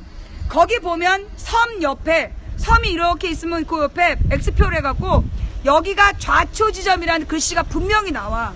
여기서 좌초를 했고 빨간 X표를 다시 해서 여기가 침몰 지점이다. 그렇게 설명을 해요. 그래서 사건 발생 초기에는 천안함이 좌초됐었다. 그런데 그 좌초된 배를 무슨 이유인지 모르는데 빼가지고 깊은 데로 가서 침몰했다. 그게 천안함 발생 일주일 동안은 그게 정설이었어. 그런데 그때 정치적인 입장으로 그 천안함을 북한하고 연결시키는 그런 사후 논리가 나오게 되고, 그러면서 전 세계가 천안함은 북한이 그랬다라고 알고 있죠. 근데 여기서 기가 막힌 건 미국의 입장도 바뀌었다는 거야. 미국이 잠깐만요. 미국이 뭐라고 얘기를 했냐면 만약에 한국 정부의 말이 맞다면 이것은 북한의 문제다라고 얘기를 했어. 전제 조건이 뭐냐면 한국 정부의 발표가 맞다면이야. 그게 언제부터냐면 4월 25일부터 5월 26일까지 미 국방부에서 했던 이야기야. 그런데 기가 막힌 건 뭐냐? 5월 26일이 지난 다음에 미국 국방부의 자세가 바뀌었어. 어떻게 바뀌었냐 하면 우리는 북한이 그랬다라고 공지한 적 없다. 미국은 한 번도 북한이 원인이라고 발표한 적 없다. 그게 왜 그런 일이 있었냐 하면 그러면 그때 왜 그런 말이 나왔느냐. 그게 왜 그랬냐면 그해 5월 25일인가가 오키나와에서 미군을 빼는 주민투표가 있던 날이었대. 그래서 오키나와 일본 국민들한테 지금 북한이 위험한데 일본에서 미군이 나가도 되냐라는 불안감을 조성해야 될 필요가 있었다는 거야, 미 국방부에. 그래서 천안함이 북한 탓이라는 한국 정부의 발표를 지지하는 그런 액션을 취한 거야. 그래서 그 주민투표가 나가리 됐어요. 오키나와에서 미군 부대를 축출하는 그 투표가 그때 못했어. 투표를. 무산됐어. 그래가지고 오키나와에서 미군 부대가 더 주둔하게 된 거야. 원래 5월 25일이었나? 5월 25일이 철수하기로 했던 날인가? 근데 좌우지간 천안함 사건이 북한 탓이라고 썰을 팔아가지고 오키나와에 계속 주둔하기로 했어요. 그리고 난 다음에 미국은 나중에 가서 입장을 바꿔요. 우리는 북한 탓이라고 발표한 적 없다. 남한 정부의 발표가 맞다면이라고 얘기했지 우리가 자체적으로 북한 탓이라고 얘기한 적 없다고 그랬어. 그게 미국의 공식 입장이야. 그리고 그게 EU에서, 유럽연합에서 그 한국 정부의 발표를 바탕으로 해서 북한을 비판하는 성명서를 발표했는데요. 정작 유엔 안보리나 미 국방부에서는 그렇게 발표한 게 공식적으로 없어요. 그게 천안함 사건이야. 왜 그랬냐? 우리나라에 6월 2일에 지방선거가 있었어. 그래서 6월 2일 지방선거 전에 5월 25일경에 그때 이명박이 전쟁 기념관에서 기자회견을 해요. 저벅저벅 걸어 나와가지고 천안함은 북한 탓이다. 그러면서 전쟁도 불사한다.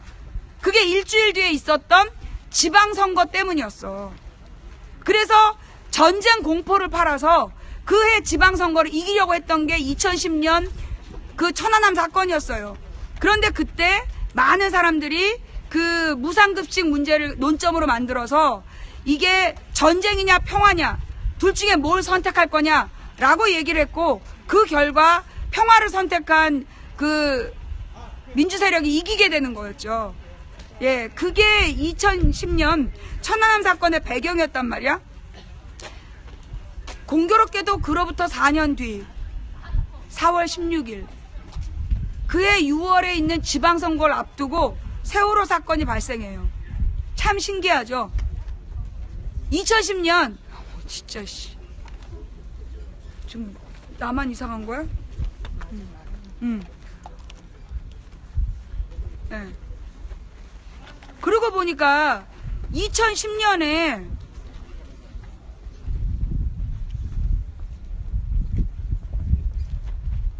(2010년 3월 22일인가에) 천안함 사건이 발생하고 그해 6월에 지방선거가 있었어. 그때 지방선거 때까지 북한 탓이라고 막 그랬었어요. 그런데 거기서 그러면서 오세훈 한명수 거짓말도 막 하고 얘네들이 막 그랬단 말이야. 그리고 2010년 지방선거로부터 4년이 지난 2014년 4월 16일에 세월호 사건이 발생하죠. 그때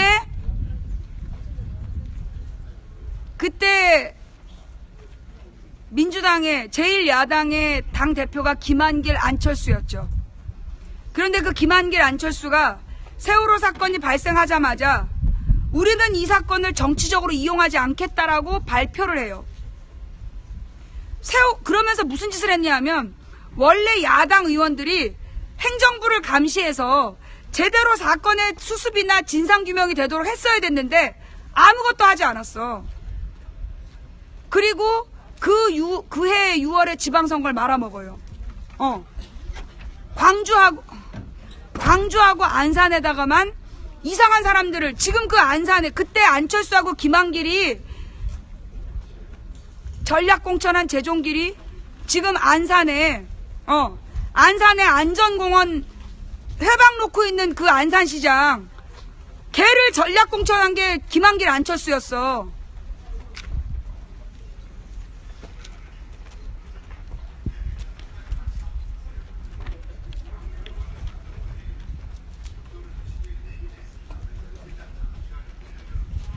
그리고 지금 그들이 이 세월호 희생자들에 대한 봉안시설을, 세월호 희생자들에 대한 봉안시설을 그 안산 안전공원에다가 만들겠다는 걸 반대하고 있잖아요. 그러면서 여전히 똑같이 거짓말을 해. 뭐냐면 거기에 화랑유원지라는, 안산에 화랑유원지라는 큰 공원이 있답니다. 그런데 그 중에 일부를 잘라서 이 안전공원으로 만들겠다는 건데, 지금도 안산 다이아몬드 앞에 가서, 다이아몬드 공원인가 앞에 가서 지금 화랑유원지 전체를 세월호 유가족들이 요구하고 있다. 그렇게 지금 허위사실 유포하면서 서명운동을 하고 있대요. 누굴까? 잠깐만, 소설 나왔어?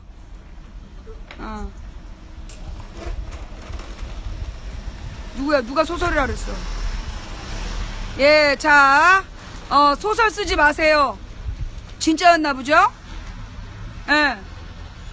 지금 그 지방선거와 2010년 지방선거 전에 천안함, 2014년 지방선거 전에 세월호, 그리고 그 세월호에서 안산과 광주에만 잘못된 그 공천, 이런 이야기를 했더니 소설 쓰지 말래. 자, 오늘도 한 건 했고, 네. 자, 오늘도 진실에 다가선, 망치 부인의 소설이었습니다. 아니, 내가 인터넷 소설가인데 소설을 쓰지 말라 그러면 굶어 죽으라는 거야? 아니 내가 지금 하고 있는 게 지금 인터넷 소설 쓰는 건데 소설을 쓰지 말라니. 넌 의사한테 치료하지 말라 그런 거야. 그거는 기자한테 기사 쓰지 말라 그런 거고, 청소하는 환경미화원한테 청소하지 말라 그런 거야. 내 직업이 소설가인데 소설 쓰지 말라니. 아이 참 웃긴 놈이네. 왜 소설 이게 소설이 아닌 것 같았나 보지? 아니 소설가가 소설 썼다고 왜 화를 낼까? 예, 뭔가 니네들 캥기는 게 있지? 네. 참 얘네들은 어쩌면 이 순간에 이렇게 딱딱 맞아떨어지게 끼어들까. 그죠? 좌우지간 그렇게 해서 2014년에 김한길 안철수가 꽂아 넣은 재종길이 지금 안산에서 안산 안전공원의 그 봉안시설, 한마디로 희생자들 한꺼번에 다 모아놓는 그 봉안시설을 반대하고 있는 주력군이다. 그리고 자기가 그냥 딱 허락해주면 되는 건데, 그냥 사인하면 되는데 계속 시간을 끌면서 그 봉안시설을 반대하고 있는 게 그때 김한길 안철수가 꽂아 넣은 재종길이다. 예.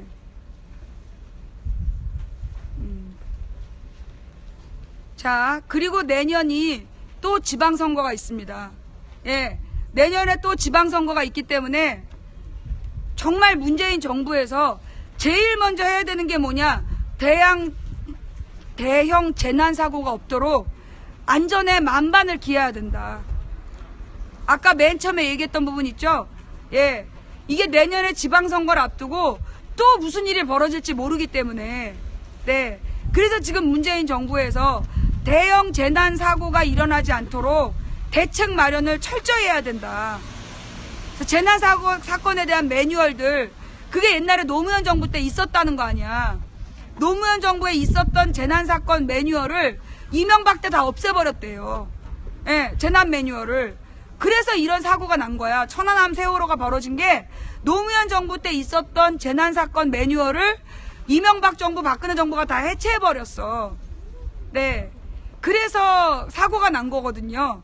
그러니까 이제 문재인 정부는 노무현 정부 때 그 일을 해봤으니까 좀 더 쉽게, 좀 더 빨리 답을 찾을 수 있겠죠.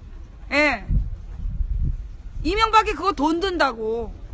일어나지도 않은 사고에 돈 쓴다고. 정부 지출 줄인다고 없애버린 거 아니야. 예, 그래서 그 재난 매뉴얼이 사라졌어요. 그래서 하여튼 천안함 사건도 아직도 진실이 밝혀지지 않은, 예, 그 좌초된 배를 왜 깊은 물로 가져갔느냐. 천안함은 그게 밝혀져야 돼. 그 사건 발생이 그날 3월 20 며칠 날 밤 9시 15분경에 배가 좌초가 돼요. 천안함이. 그래서 그때 해경으로 구조 신호를 보내. 구조 신고를 해요. 그리고 9시 17분경에 해군 작전사령부에 지금 천안함이 좌초돼서 침수 상태가 발생했다라는 보고서가 올라와 있었어. 그런데 그 배가 9시 40분경에 배를 빼가지고 깊은 데로 가. 그래서 갑자기 물이 들어와갖고 가운데 빈 공간에 물이 침수가 급격스럽게 되면서 사병들이 죽은 거예요. 예. 예. 그래서 천안함은 뭐가 밝혀져야 되냐? 왜 좌초된 배를 깊은 데로 끌고 갔냐? 그게 밝혀져야 되고, 그 다음에 이 세월호는 아침 7시 반부터 10시 반까지 무슨 일이 있었냐? 그게 밝혀져야 되는 거고, 그걸 밝혀내지 못하면, 그 두 가지를 밝혀내지 못하면 우리의 자식들이 또 그렇게 죽어갈 수 있다는 거죠. 어저께 무슨 JTBC에서 무슨 프로에 죽어간 이등병 그들의 어머니들이 나오더라고요. 그러면서 돌아와 이러면서 울부짖는 그 엄마들의 모습을 보면서 저는 그 세월호 유가족분들이 또 떠올랐어요. 우리가 세월호 유가족들이 어떻게 보면 이게 죄 없는 고등학생들이었기 때문에 우리 모두의 슬픔으로 받아들였어. 그런데 이 이등병이 세월호 희생자들보다 고작 서너 살밖에 안 많아. 죽어간 이등병들이 세월호 희생자들보다 고작 서너 살 많은 애들이야. 그런 애들이 그 이등병으로 가서 거기서 죽어간 거죠. 국가의 무능함 때문에. 국가의 무능함 때문에 죽어간 그 아이들의 엄마들이 돌아와 이러면서 울부짖는데, 우리가 이런 문제들에 대해서 남의 일이라고 관심을 끄면 다음 피해자는 여러분이라는 거죠. 그 고상만 조사관이 그 말을 했어요. 예, 이 빈자리가 보이십니까? 이 빈자리가 여러분의 자리가 될 수도 있습니다. 그게 희생된 군인들의 그 유가족 자리였어. 근데 군인들의 유가족이 앉고 빈자리들이 몇 개 보이는데 그 자리가 여러분의 자리가 될 수도 있습니다. 이게 고상만 조사관이 했던 말이에요. 우리가 이 세월호의 3시간, 아침 7시 반부터 10시 반까지를 밝혀내지 못하면요, 다음 유가족은 우리가 될 수 있다는 거죠. 예. 그래서 우리는 이 세월호의 진상이 규명될 때까지 관심의 끈을 놓으면 안 되는데, 이 많은 분들이요, 세월호에 대해서 얘기하자 그러면 너무 마음이 아파서 못 보겠어요. 내가 요즘 어떤 마음이 드냐면, 그렇게 얘기하는 사람 적어놨다가 그 사람들이 지네 무슨 일 당했다 그러면 너무 마음 아파서 못 보겠어요 라고 해야지. 내가 그런 마음이 들더라니까. 세월호 유가족들에 대한 방송을 하면 너무 마음이 아파서 못 보겠어요 라고 말하는 사람들을 보면서, 아, 내가 이 사람들 이름을 적어놔야 되겠다. 나중에 이 사람들이 억울한 일을 당해서 나한테 그 하소연을 하면 너무 마음 아파서 못 보겠어요 라고 답장을 보내야 되겠다. 내가 그런 마음이 들더라니까. 너무 얄미워가지고. 외면하면 다음은 네 거야. 외면하면 다음 희생자는 니들이라니까. 뭐가 문제인지, 무엇이 잘못됐는지 그걸 밝혀내야 우리가 또 다른 희생자가 되지 않는 거죠. 자, 지금 세월호 선체조사위원회에서 세월호에 대한 전면 재조사를 하겠다라고 이야기를 했다는데, 그래서 막 대단한 발표라고 얘기를 하는데요. 지금 세월호 특조위가 만들어져야 돼요. 근데 저 세월호 선체조사위원회도 사실은 저거 외국 전문가들이 저거 검토해야 돼요. 예. 지금 저 선체조사위원회가 제대로 하는지 안 하는지 우리가 어떻게 알아? 그죠? 그래서 저 세월호 선체조사위원회가 제대로 조사하는지 이것도 외국 전문가들이 나는 감사를 해야 된다고 봐. 감수를 해야 된다. 그래서 우리는 빠짐없이 세월호 사건을 완전히 복원해내야 된다. 어디서 뭐가 잘못됐는지 분명히 밝혀내야, 그래야 다시 이런 일이 발생하지 않죠. 그죠? 그리고 근본적인 원인을 바로잡아야 돼요. 그러면 근본적인 원인은 뭐냐? 우리들의 탐욕 때문이라는 거죠. 제가 세월호 사건이 발생한 다음에 곧바로 그런 얘기를 했어요. 이번 사건은 비정규직의 문제다. 한마디로 그 국민 수백 명의 생명과 안전을 책임지는 일을 하는 선장과 승무원이 대부분 비정규직이었어. 수백 명의 생명을 쥐고 수십억 원의 재산을 책임지는 그 세월호의 승무원들이 대부분 비정규직이었다는 거예요. 그죠? 그러면 왜 비정규직을 근무를 시켰느냐? 돈 아까워서. 돈 아까워서 생명을 다루는 일을 비정규직을 시킨 거야. 그러면 생명을 다루는 일을 비정규직을 시키면 안 되는 이유가 뭐냐?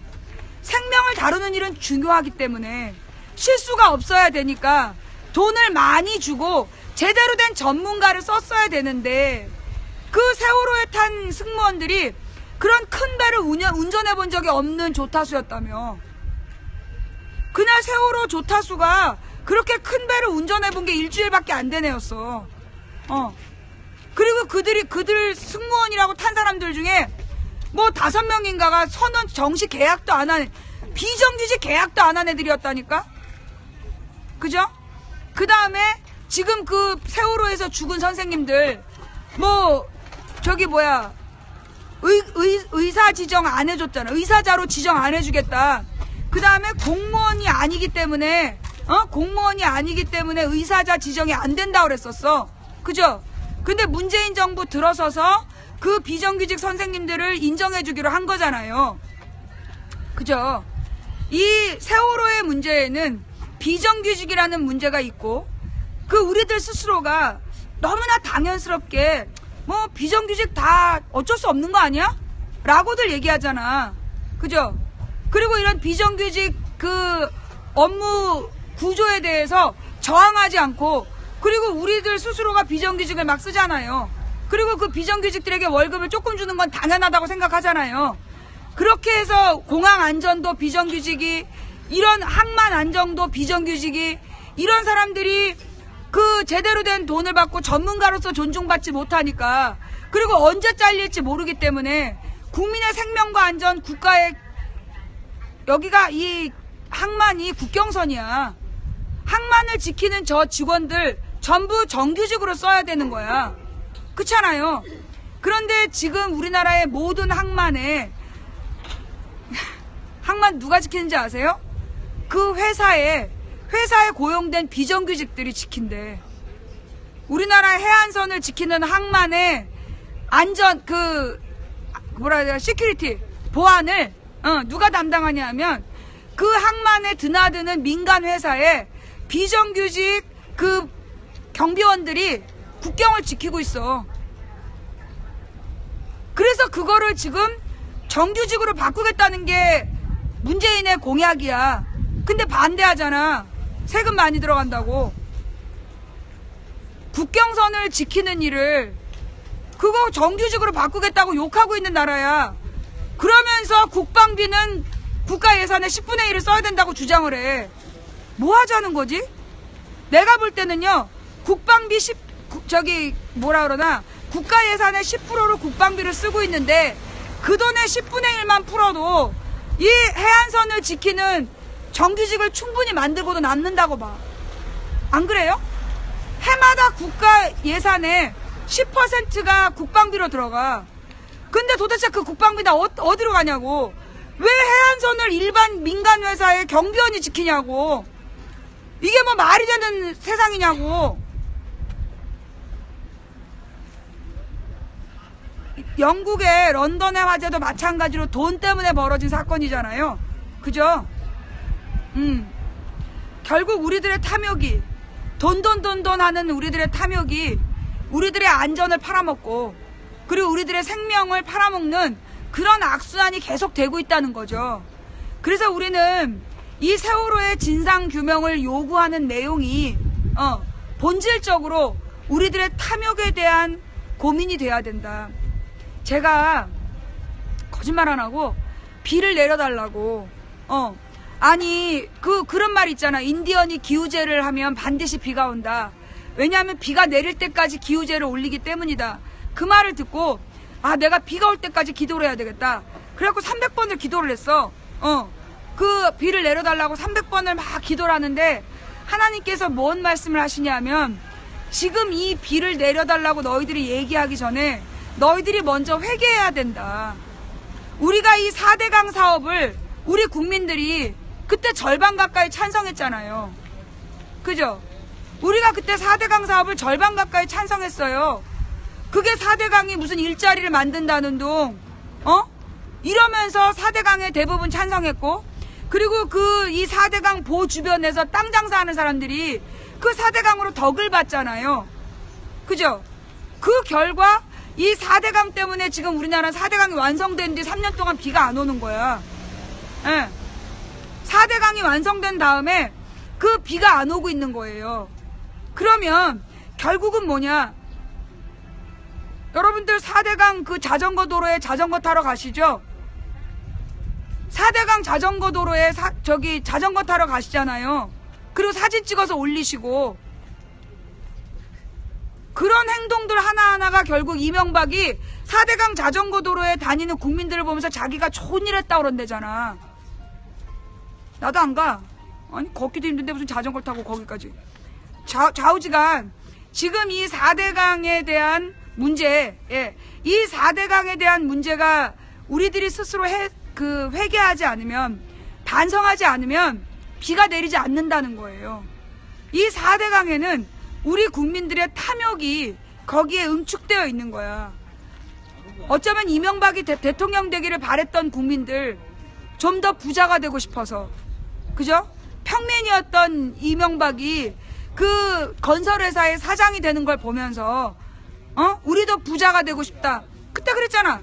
이명박이 대통령 되면 부자 될 거다. 다이나믹 코리아가 될 거다. 그런 탐욕으로 이명박을 대통령으로 만들었고, 그 이명박이 대한민국의 자연을 초토화시킨 거예요. 그래서 지금 비가 안 오는 거야. 그러면 우리는 이명박을 찍었던 우리들의 탐욕을 진지하게 회개했는가? 우리는 그거 회개하지 않았어요. 그 증거가 뭐야? 박근혜가 대통령이 된 거야. 이명박에 대해서 진정으로 회개했다면 박근혜가 대통령이 되면 안 돼. 그런데 이명박이 대통령이 된 다음에 또다시 그 탐욕으로 경제를 살린다라는 그 헛소리에 속아 넘어가서 박근혜를 찍어줬잖아요. 그래서 비가 안 오는 거야. 그러니 우리가 가져야 될 자세가 뭐냐? 지금 우리가 비가 안 오는 건, 우리나라에 지금 비가 안 오는 건 우리들이 우리들의 탐욕을 회개하지 않았기 때문이다. 우리들 모두가 우리의 마음속에 있는 탐욕, 그래 나는 그래도 4대강 찬성 안 했어, 이명박 안 찍고 박근혜를 안 찍었어, 그러니까 나는 무죄야. 그러면서 여러분, 혹시 여러분은 결혼할 때 가장 중요한 조건이 돈은 아닌가요? 여러분의 결혼 상대로 돈 많은 사람을 만나는 거, 그게 목적이 아닐까요? 그게 탐욕이에요. 예. 눈앞의 탐욕을 위해서 직장에서 잘못된 거래들을 하는 걸 뻔히 알면서 돈 한 푼이라도 내가 콩고물이 떨어진다면 그냥 눈 감고 있다면 그것도 탐욕이죠. 예. 우리들의 일상생활 속에서 모든 기준이 돈이라면, 그리고 돈을 위해서라면 뭐든지 할 수 있다라고 얘기한다면 그게 탐욕이에요. 예. 무슨 논리인지 이해가 어려우시면, 예, 강태.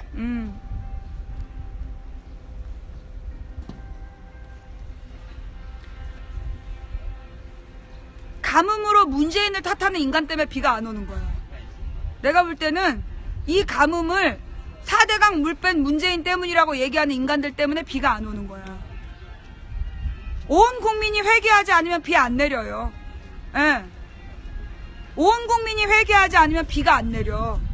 지금도 이렇게 천벌을 받고 나서도 천벌 받을 줄 모르고 있는 인간들 때문에 하늘이 비를 내려주시지 않는 거야. 먼저 회개해라.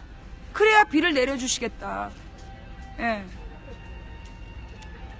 그래서 우리들이 제가 요 며칠 동안 계속 얘기를 드린 내용을 되짚어 보시면 제가 같은 주제로 얘기하고 있어요. 정의란 무엇인가? 정의. 우리는 정의의 사도, 그러면 강자. 그래서 정의가 강함이라고 착각하잖아요. 어떤 사람이 제가 정의에 대해서 방송한 다음날 채팅에 뭐라고 썼냐 하면, 망치 부인님이 약자 편을 드는 게 정의라고 얘기했는데 강자와 약자 중에 강자가 옳다면 어떻게 해야 되느냐. 와, 그럴싸하죠? 강자와 약자가 싸우고 있는데 강자가 옳은 사람이면 그때도 약자 편을 들어야 되냐는 거야. 이야, 맞는 말 같죠? 그죠? 근데 그 말이 틀린 거야. 강자가 약자를 싸우고 있다면 그건 정의로운 사람이 아니야. 옳은 사람이 아니야. 강자가 자기는 강한데 왜 약자하고 싸워? 강자이기 때문에 약자를 보호해주고 약자에게 양보를 해야지. 왜 약자랑 강자가 싸우냐고. 약자를 설득하고 그들을, 저기 소리를 조금 줄일 수 있는지 좀. 강자는 약자를 위해서 약자와 싸우면 안 되는 거예요. 강자는 약자에게 양보를 해야 되는 상대이지, 존재이지, 왜 약자랑 싸워? 약자가 뭐가 불만인지 들어줘야 되고, 약자 편에 서주는 게 그게 강자의 정의야. 그게 정의야. 근데 강자와 약자 중에 강자가 옳다면요, 그거 옳지 않은 거예요. 뭔 얘기인지 아시겠어요? 그래서 정의란 무엇인가? 인간에게 정의란 약한 자 편에 서주는 거야. 왜냐하면 인간의 존재에게는, 제가 그랬잖아요. 우리 인간에게는 뭐가 있다? 아주 잔악함이 있다. 인간의 마음속에 정말 잔악한 사이코패스 기질이 있어요. 그러니까 멀쩡한 젊은이들이 일제 일본놈 앞잡이가 돼서 독립군을 고문하고, 이승만 때 서북청년단이 돼서 멀쩡한 민주주의자들을 빨갱이라고 총 쏴 죽이고, 그 박정희 때는 베트남 참전용사로 가서 베트남의 그 불쌍한 양민들을 다 죽이고 강간하고 그랬던 거잖아요. 그리고 5.18 광주에 가서 광주의 그 선량한 시민들을 총 쏴 죽이고 배를 갈라 죽이고, 그 청년들이 전부 다 순수한 우리 국민들이었어. 근데 그들이 왜 그렇게 변해갔냐? 그렇게 잔악한 인간성을 권력이 깨운 거죠. 그래서 그들은 그 권력의 욕심에 의해서 그런 행동으로 내몰린 거예요. 우리 인간들에게는 그런 잔악함이 있다는 거야. 어쩌면 세월호 유가족에 대해서, 그리고 천안함 유가족에 대해서, 그리고 지금 고난받고 있는 사회적 약자들에 대해서 우리가 그들은 당연히 받아야 될 일을 받는 거야. 그들의 부족함 때문이야. 라고 이야기하고 있다면 그건 우리들의 잔악함이 아닌가. 혹은 문재인을 지지한다면서 그 문재인을 비판하는 그 다른 국민들에게 온갖 쌍욕을 하고 있다면 그게 바로 그 인간의 잔악함이 아닌가. 우리 인간의 마음속에 잔악함이 있는 존재야. 그러면 이 잔악함이 있는 존재들이 자신의 잔악함을 다 드러낸다면 이 세상은 일찌감치 아주 먼 옛날에 다 망했을 거라는 거예요. 그러면 그래서 인간이란 어떤 존재여야 되냐? 나보다 약한 자를 보호하는 걸 사명으로 여겨야 된다는 거야. 그래야 그 인간들이, 이게 약자들을 우습게 알고 강자 중심이면요, 나중에 강자 혼자 살아요. 그런데 인간이란 존재는 혼자서 못 살아. 워낙 무능하기 때문에. 인간들이 같이 살아야 존재하는 주제에 지가 약자들을 깔봐. 그러면 약자를 다 죽이고 결국 지도 죽어. 그게 인간이야. 그래서 인간에게 정의란 나보다 약한 자를 돌보는 거, 그게 정의라는 거죠. 우리가 그렇게 살아야 되고, 그래서 약자의 아픔을 집중해야 되는 거야. 많은 사람들이 망치 부인은 왜 남의 일에 오지랖 넓게 끼어드느냐. 나의 이유는 간단해. 내 꿈은 가난해도 행복한 서민이야. 별로 부자가 아니어도 이 땅에 서민으로 살아가도 그 불행하지 않은 서민이고 싶어. 그러려면 이 땅에 뭐가 사라져야 돼? 악이 사라져야 되고, 슬픔이 사라져야 되고, 차별이 사라져야 돼. 그래서 대부분이 그래도 살만해져야 돼. 그래야 나도 살 수 있어. 내가 아프리카에서 방송을 하고 끊임없이 민주주의를 이야기하고 경제민주화를 이야기하는 게 뭐 내가 대단히 희생적인 사람이라서가 아니야. 나는 내가 망해도 먹고 살 수 있는 나라를 만들어 놔야 되겠다. 그게 내 목적이에요. 예. 결국은 내가 볼 때 가장 이기적인 것 같아. 오늘은 내가 무슨 생각을 하냐 하면, 욕심이라는 게 어떤 욕심들이 있냐. 우리가 사실은 탐욕이라는 게 있잖아요. 세상적인 탐욕. 먹고 싶은 욕구, 자고 싶은 욕구, 사랑하는 사람을 안고 싶은 욕구, 그 다음에는 뭐예요? 좀 더 나아가서 인정받고 싶은 욕구. 그게 명예욕이잖아. 그죠? 그 명예욕에 넘어서면 또 뭐가 있느냐. 결국은 뭐냐? 더 많은 사람들과 더불어서 더 좋은, 훌륭한 그 업적을 쌓고 싶은 욕구가 있다는 거지. 그것도 욕구야. 예. 그래서 이제 우리가 이제 욕구의 5단계서를 이야기하잖아요. 그래서 우리들이 앞으로 추구해야 될 내용은 뭐냐면, 우리들의 마음속에 잔악한 욕심도 있다. 근데 그 잔악한 욕심을 우리 인간들의 이 공동체가 우리가 서로를 사랑하고 약자를 보호해주는 그 철학을 정립시킴으로 인해서 그 잔악한 욕구가 이 명예로운 욕구로 변해갈 수 있도록, 그런 노력을 우리가 해야 된다. 우리가 이기적인 마음, 나 개인만을 생각하는 그런 욕심이었다라면 어쩌면 우리 모두가 다 같이 행복해져서 내가 불행하지 않은 사회를 꿈꾸는 우리가 돼보는 것이 어떨까. 우리가 지금 세월호 이 선체에 바라보면서 저 세월호 선체가 가지고 있는 우리 사회의 탐욕, 저 우리 사회의 탐욕의 상징인 세월호가 나는 영원히 보존돼야 된다고 생각해요. 영원히 보존돼서 저거를 보면서 우리는 날마다 회개해야 되고, 독일에서 자기네들이 유태인을 박해한 거에 대한 도시마다 기념관을 지어놓고 해마다 반성을 해. 독일은 뭐 일본에서 그러잖아요. 옛날에 우리가 다 사과했다. 아휴, 12, 18. 옛날에 다 사과했으니까 없던 일로 쳐야 된다는 둥, 이런 진짜 개접받는 소리를 계속 하고 있어요. 그런데 독일은요, 해마다 회개해요. 해마다 회개하고, 총리가 바뀔 때마다 회개하고, 자기네들이 유태인에게 한 짓에 대해서 날마다 해마다 달마다 반성한다는 거야. 일본도 그래야 돼요. 그런데 우리는 일본에게 이제까지 제대로 된 사과를 받은 적이 없어. 최고의 사과가 유가미단가였잖아. 그죠? 예. 우리가 일본으로 받은 최고의 사과가 유가미다야. 그게 무슨 사과냐고. 제대로 된 사과를 받아야 돼. 근데 우리가 남한테 제대로 된 사과를 하는 거, 이것만이 아니야. 우리들 스스로 저 세월호가 만들어질 때까지, 우리 솔직히 그랬잖아요. 돈이면 다 되는 거. 돈이면 다 되는 우리들의 마음속에 있었잖아.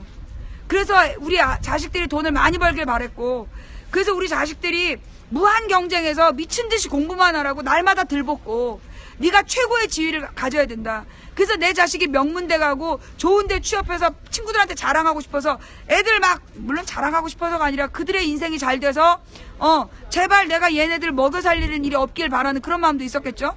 좌우지간 우리의 탐욕이 아이들을 무한 경쟁으로 내보냈고, 그 무한 경쟁에서 스트레스를 받은 애들이 밖에 나가 범죄자가 됐고, 그리고 공부만 하다 죽어가는 아이들이 저 세월호에서 죽어간 아이들인 거죠. 공부해라 소리만 듣고 죽어간 아이들. 저는 세월호를 보존해야 된다고 생각해요. 그리고 이 안산의 안전공원이 제대로 만들어져야 된다고 생각해요. 그리고 거기에 왜 아이들의 이 유골함이 놓여져야 하느냐. 우리가 그냥, 여러분 생각해 보세요. 여러분이 어딜 가보면 되느냐. 그 광주에 가면 5.18 무슨 민주공원인가 있어. 거기 명패만 쭉 달려 있어요. 거기를 가보시고, 그 다음에 광주의 망월 묘지를 한번 가보세요. 어느 쪽이 더 비장해지는지 생각해 보세요. 그 차이야. 우리가 광주의 민주공원인지를 뭔지 가가지고 거기 그냥 이름만 적혀 있는 걸 보는 것과, 그 망월 묘지에 가서 그 무수히 누워있는 그 무덤을 보는 것과 그 느낌이 다르잖아요. 그런 것처럼 우리가 잃어버린 별들이 누구인지, 그 안산의 안전공원을 만들고 그 아이들의 그 아름다운 유골들을 거기다 모아놓고, 그래서 우리가 기억해야 돼. 우리가 무슨 짓을 했는지, 우리가 무엇을 잃었는지, 우리의 욕심 때문에 무슨 일이 벌어졌는지를 우리는 기억해야 된다는 거죠. 저 세월호의 선체를 그 지방자치단체들이 많이 유치하려고 그런데요. 예. 그래서 어떤 그 의미를 부여하려고 그런다는 거야. 저 세월호는요, 제가 볼 때는 정말 그 광화문에서 제일 잘 보이는 데에 나는 갖다 놔야 된다고 생각해. 나는 저 세월호를 가능하면 청와대에 갖다 놔야 된다고 생각해. 그래서 청와대에 들어가고 나가는 그 대통령들이, 아니면 국회 앞이든 청와대 앞이든, 그래서 모든 국민들이, 그래 여의도 공원도 좋네. 여의도 공원이든지, 여의도 공원은 지금 근데 잘 안 보여. 나무를 주변에 막 심어놔서. 근데 저 세월호를 나는 그 나라의 가장 높은 사람들이 보는, 가장 잘 보이는 곳에 저 세월호를 갖다 놔야 된다고 생각해요. 그래서 자기네들이 무슨 짓을 했는지, 그리고 다시는 이런 일이 없어야 된다는 걸 날마다 기억하는 상징으로 저 세월호가 권력의 심장부에 가서 놓여져야 된다고 저는 생각해요. 네. 자, 오늘 청와대에서 그 무슨 영부인하고 여성 의원들이 모임을 했다죠? 예. 그러면서 영부인의 소통 행보라는 이야기가 나왔어요. 그죠? 제가 그 결과는 몰라요. 무슨 얘기를 했는지, 무슨 기사가 났는지 모르겠어요. 그 소통이라는 말이 뭘까? 소통이라는 말의 뜻은 윗사람이 아랫사람을 설득하는 걸 소통이라고 하지 않아요. 우리가 기억해야 되는 건 뭐냐면, 진정한 소통이라는 건 아랫사람의 이야기를 들어주는 거, 그게 소통이에요. 저는 오늘 영부인이 여성 의원들의 이야기를 잘 들어주었길 바랍니다. 더민주 여성 의원들의 이야기를 잘 듣고, 그래서 그 영부인이 내려놓아야 될 부분이 있다면 내려놓는 오늘이었기를 바랍니다.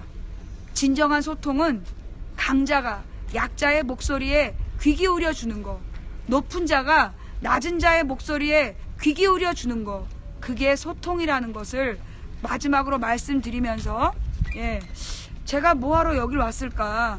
예, 아까 우리 그 두 분의 유가족분을 만난 거, 그것 때문에 온 걸까? 내가 왜 여길 와야 됐는지, 예, 좀 아직까지도 깨달음이 없는데, 네, 뭐 여기저기서 저기 인터뷰를 좀 해볼까 했는데 사람이 안 보여.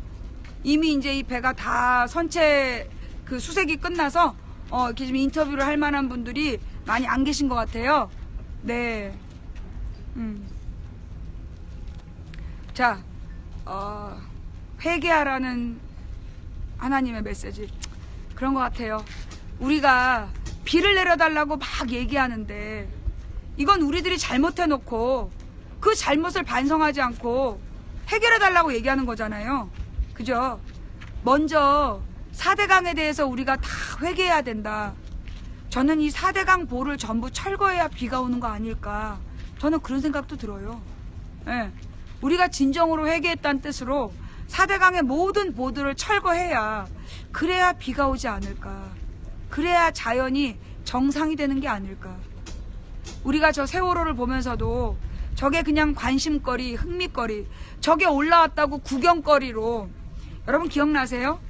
제가 2014년 4월 16일에 사건이 발생하고 모든 언론이 4월 18일부터 팽목항으로 내려갔어요. 다들 내려갈 때 사람들이 저한테 왜 망치부인 안 가냐고 물어봤어요. 그래서 제가 뭐라 그랬냐면, 팽목항에 사람이 많다. 내가 지금 가도 안 가도 거기 사람이 많아서 난 안 간다. 대신 나는 팽목항에서 사람들이 빠질 때 그때 가겠다. 그리고 제가 그해 5월 16일 날, 한 달 뒤였어요. 딱 한 달 뒤에 내가 팽목항을 가겠다고 그랬어. 그런데 그때 그 세월호 유가족을 시켜서 누군가 내려오지 못하게 했어요. 제가 그 팽목항에 가서 이 세월호, 그 언론인들이 철수하면 안 된다. 그때 이정현하고 그 민경욱이가 작업해가지고 언론사 카메라를 다 빼려는 거였거든. 그래서 내가 그걸 빼지 못하게 하려고 19일 날 다 빼. 그래서 내가 5월 16일 날 가서 그 배를 빼면 카메라 빼면 안 된다는 얘기를 하려고 그랬었어요. 근데 기어이 못 오게 하더라고. 세월호가 올라오고 많은 사람들이 여기 왔죠. 그리고 지금 여기는 텅 비어 있어요. 세월호는 구경거리가 아니에요. 예. 왜 교회마다 십자가가 있는지 아세요? 교회마다 있는 십자가는 예수님이 어떻게 돌아가셨는지를 기억하라는 상징이에요. 세월호는 구경거리가 아니라 우리가 늘 기억해야 되는, 정말 저 세월호가 우리 마음속에 그대로 박혀 있어야 되는, 그래서 다시는 이런 일이 일어나지 않도록 우리가 날마다 반성하는 상징으로 저 세월호를 우리는 기억해야 되는 거다. 잊지 않을 거예요. 말로만 하고. 세월호를 바라보는 게 너무 가슴 아파요. 그렇게 얘기하는 사람들, 나중에 자기가 똑같은 일을 당하면 내가 그 사람들한테 얘기할 거야. 너무 마음 아파서 봐줄 수가 없네요. 그러니까 우리가 지금 세월호 유가족들의 아픔을 더 열심히 봐야 되는 거야. 알았지? 예. 자, 지금까지 망치 부인이 목포 신항에서 보내드린 이 촬영이 금지되는지 모르고 왔는데요. 예. 지금 제 앞에는 세월호가 비스막에 누워있고 조금씩 분해가 되고 있습니다. 많은 해외 전문가들이 저 세월호를 분해하면 안 된다라고 얘기를 했지만 우리나라의 기술이 저걸 분해할 수밖에 없다니 정말 이 눈물을 머금고 참고 있는 유가족들은 얼마나 가슴이 아프겠습니까? 그죠? 예. 우리가 세월호에 대해서 기억하고 진상규명을 요구하는 이유는 우리가 유가족이 되지 않기 위해서예요. 그걸 잊지 마세요. 아시겠죠? 예. 자, 지금까지 도봉구 창동나는 불량주부 망치부인이 이곳 목포 신항에서 보내드린 생방송 망치부인의 시사 수다방이었습니다. 자, 이 세월호를 기억하는 의미, 우리가 회개해야 되는 의미, 이런 것들에 대해서 오늘 쓸데없는 잔소리를 했다면 대단히 죄송하고요. 자, 오늘 하루 종일 들어주신 모든 분들께 감사드립니다. 오늘 업과 꿀잼 후원해주신 분들 모두 감사드리고요. 이름 못 불러드려서 죄송하고요. 이름 못 불러드려서 하고 싶지 않으면 안 하셔도 되지만 그럼에도 불구하고 후원해주신 분들 덕분에 오늘도 망치부인 당당하게 방송할 수 있었습니다. 오늘 방송을 통해서 한 가지라도 더 생각이 깊어지셨다면 그건 하나님께서 여러분들께 보내는 메시지이고요. 혹시 오늘 방송 듣고 기분 나빴다면 그건 저의 부족함이니 저를 용서해 주십시오. 예, 자, 오늘 방송은 여기까지 할게요. 다음 방송은 내일, 내일 낮 3시 시청광장에서, 다음 방송은 내일 낮 3시 시청광장에서 하고요. 대신 일요일 방송은 안 할게요. 예, 다음 방송은 내일 낮 3시 시청광장에서 하고, 예, 일요일 월요일 방송은 없습니다. 예, 아시겠죠? 예, 내일 낮 3시에 서울광장에서 만나뵐 수 있었으면 좋겠습니다. 토요일이죠. 토요일 3시에 서울시청광장에서 다시 시작하겠습니다. 감사합니다. 망치부인이었습니다. 고맙습니다. 감사합니다. 감사합니다. 목 좀 죽이실래요? 아니, 됐어요. 지금부터 먹으면 안 되죠? 예, 됐어요. 물 먹으면 돼요, 물. 그래요?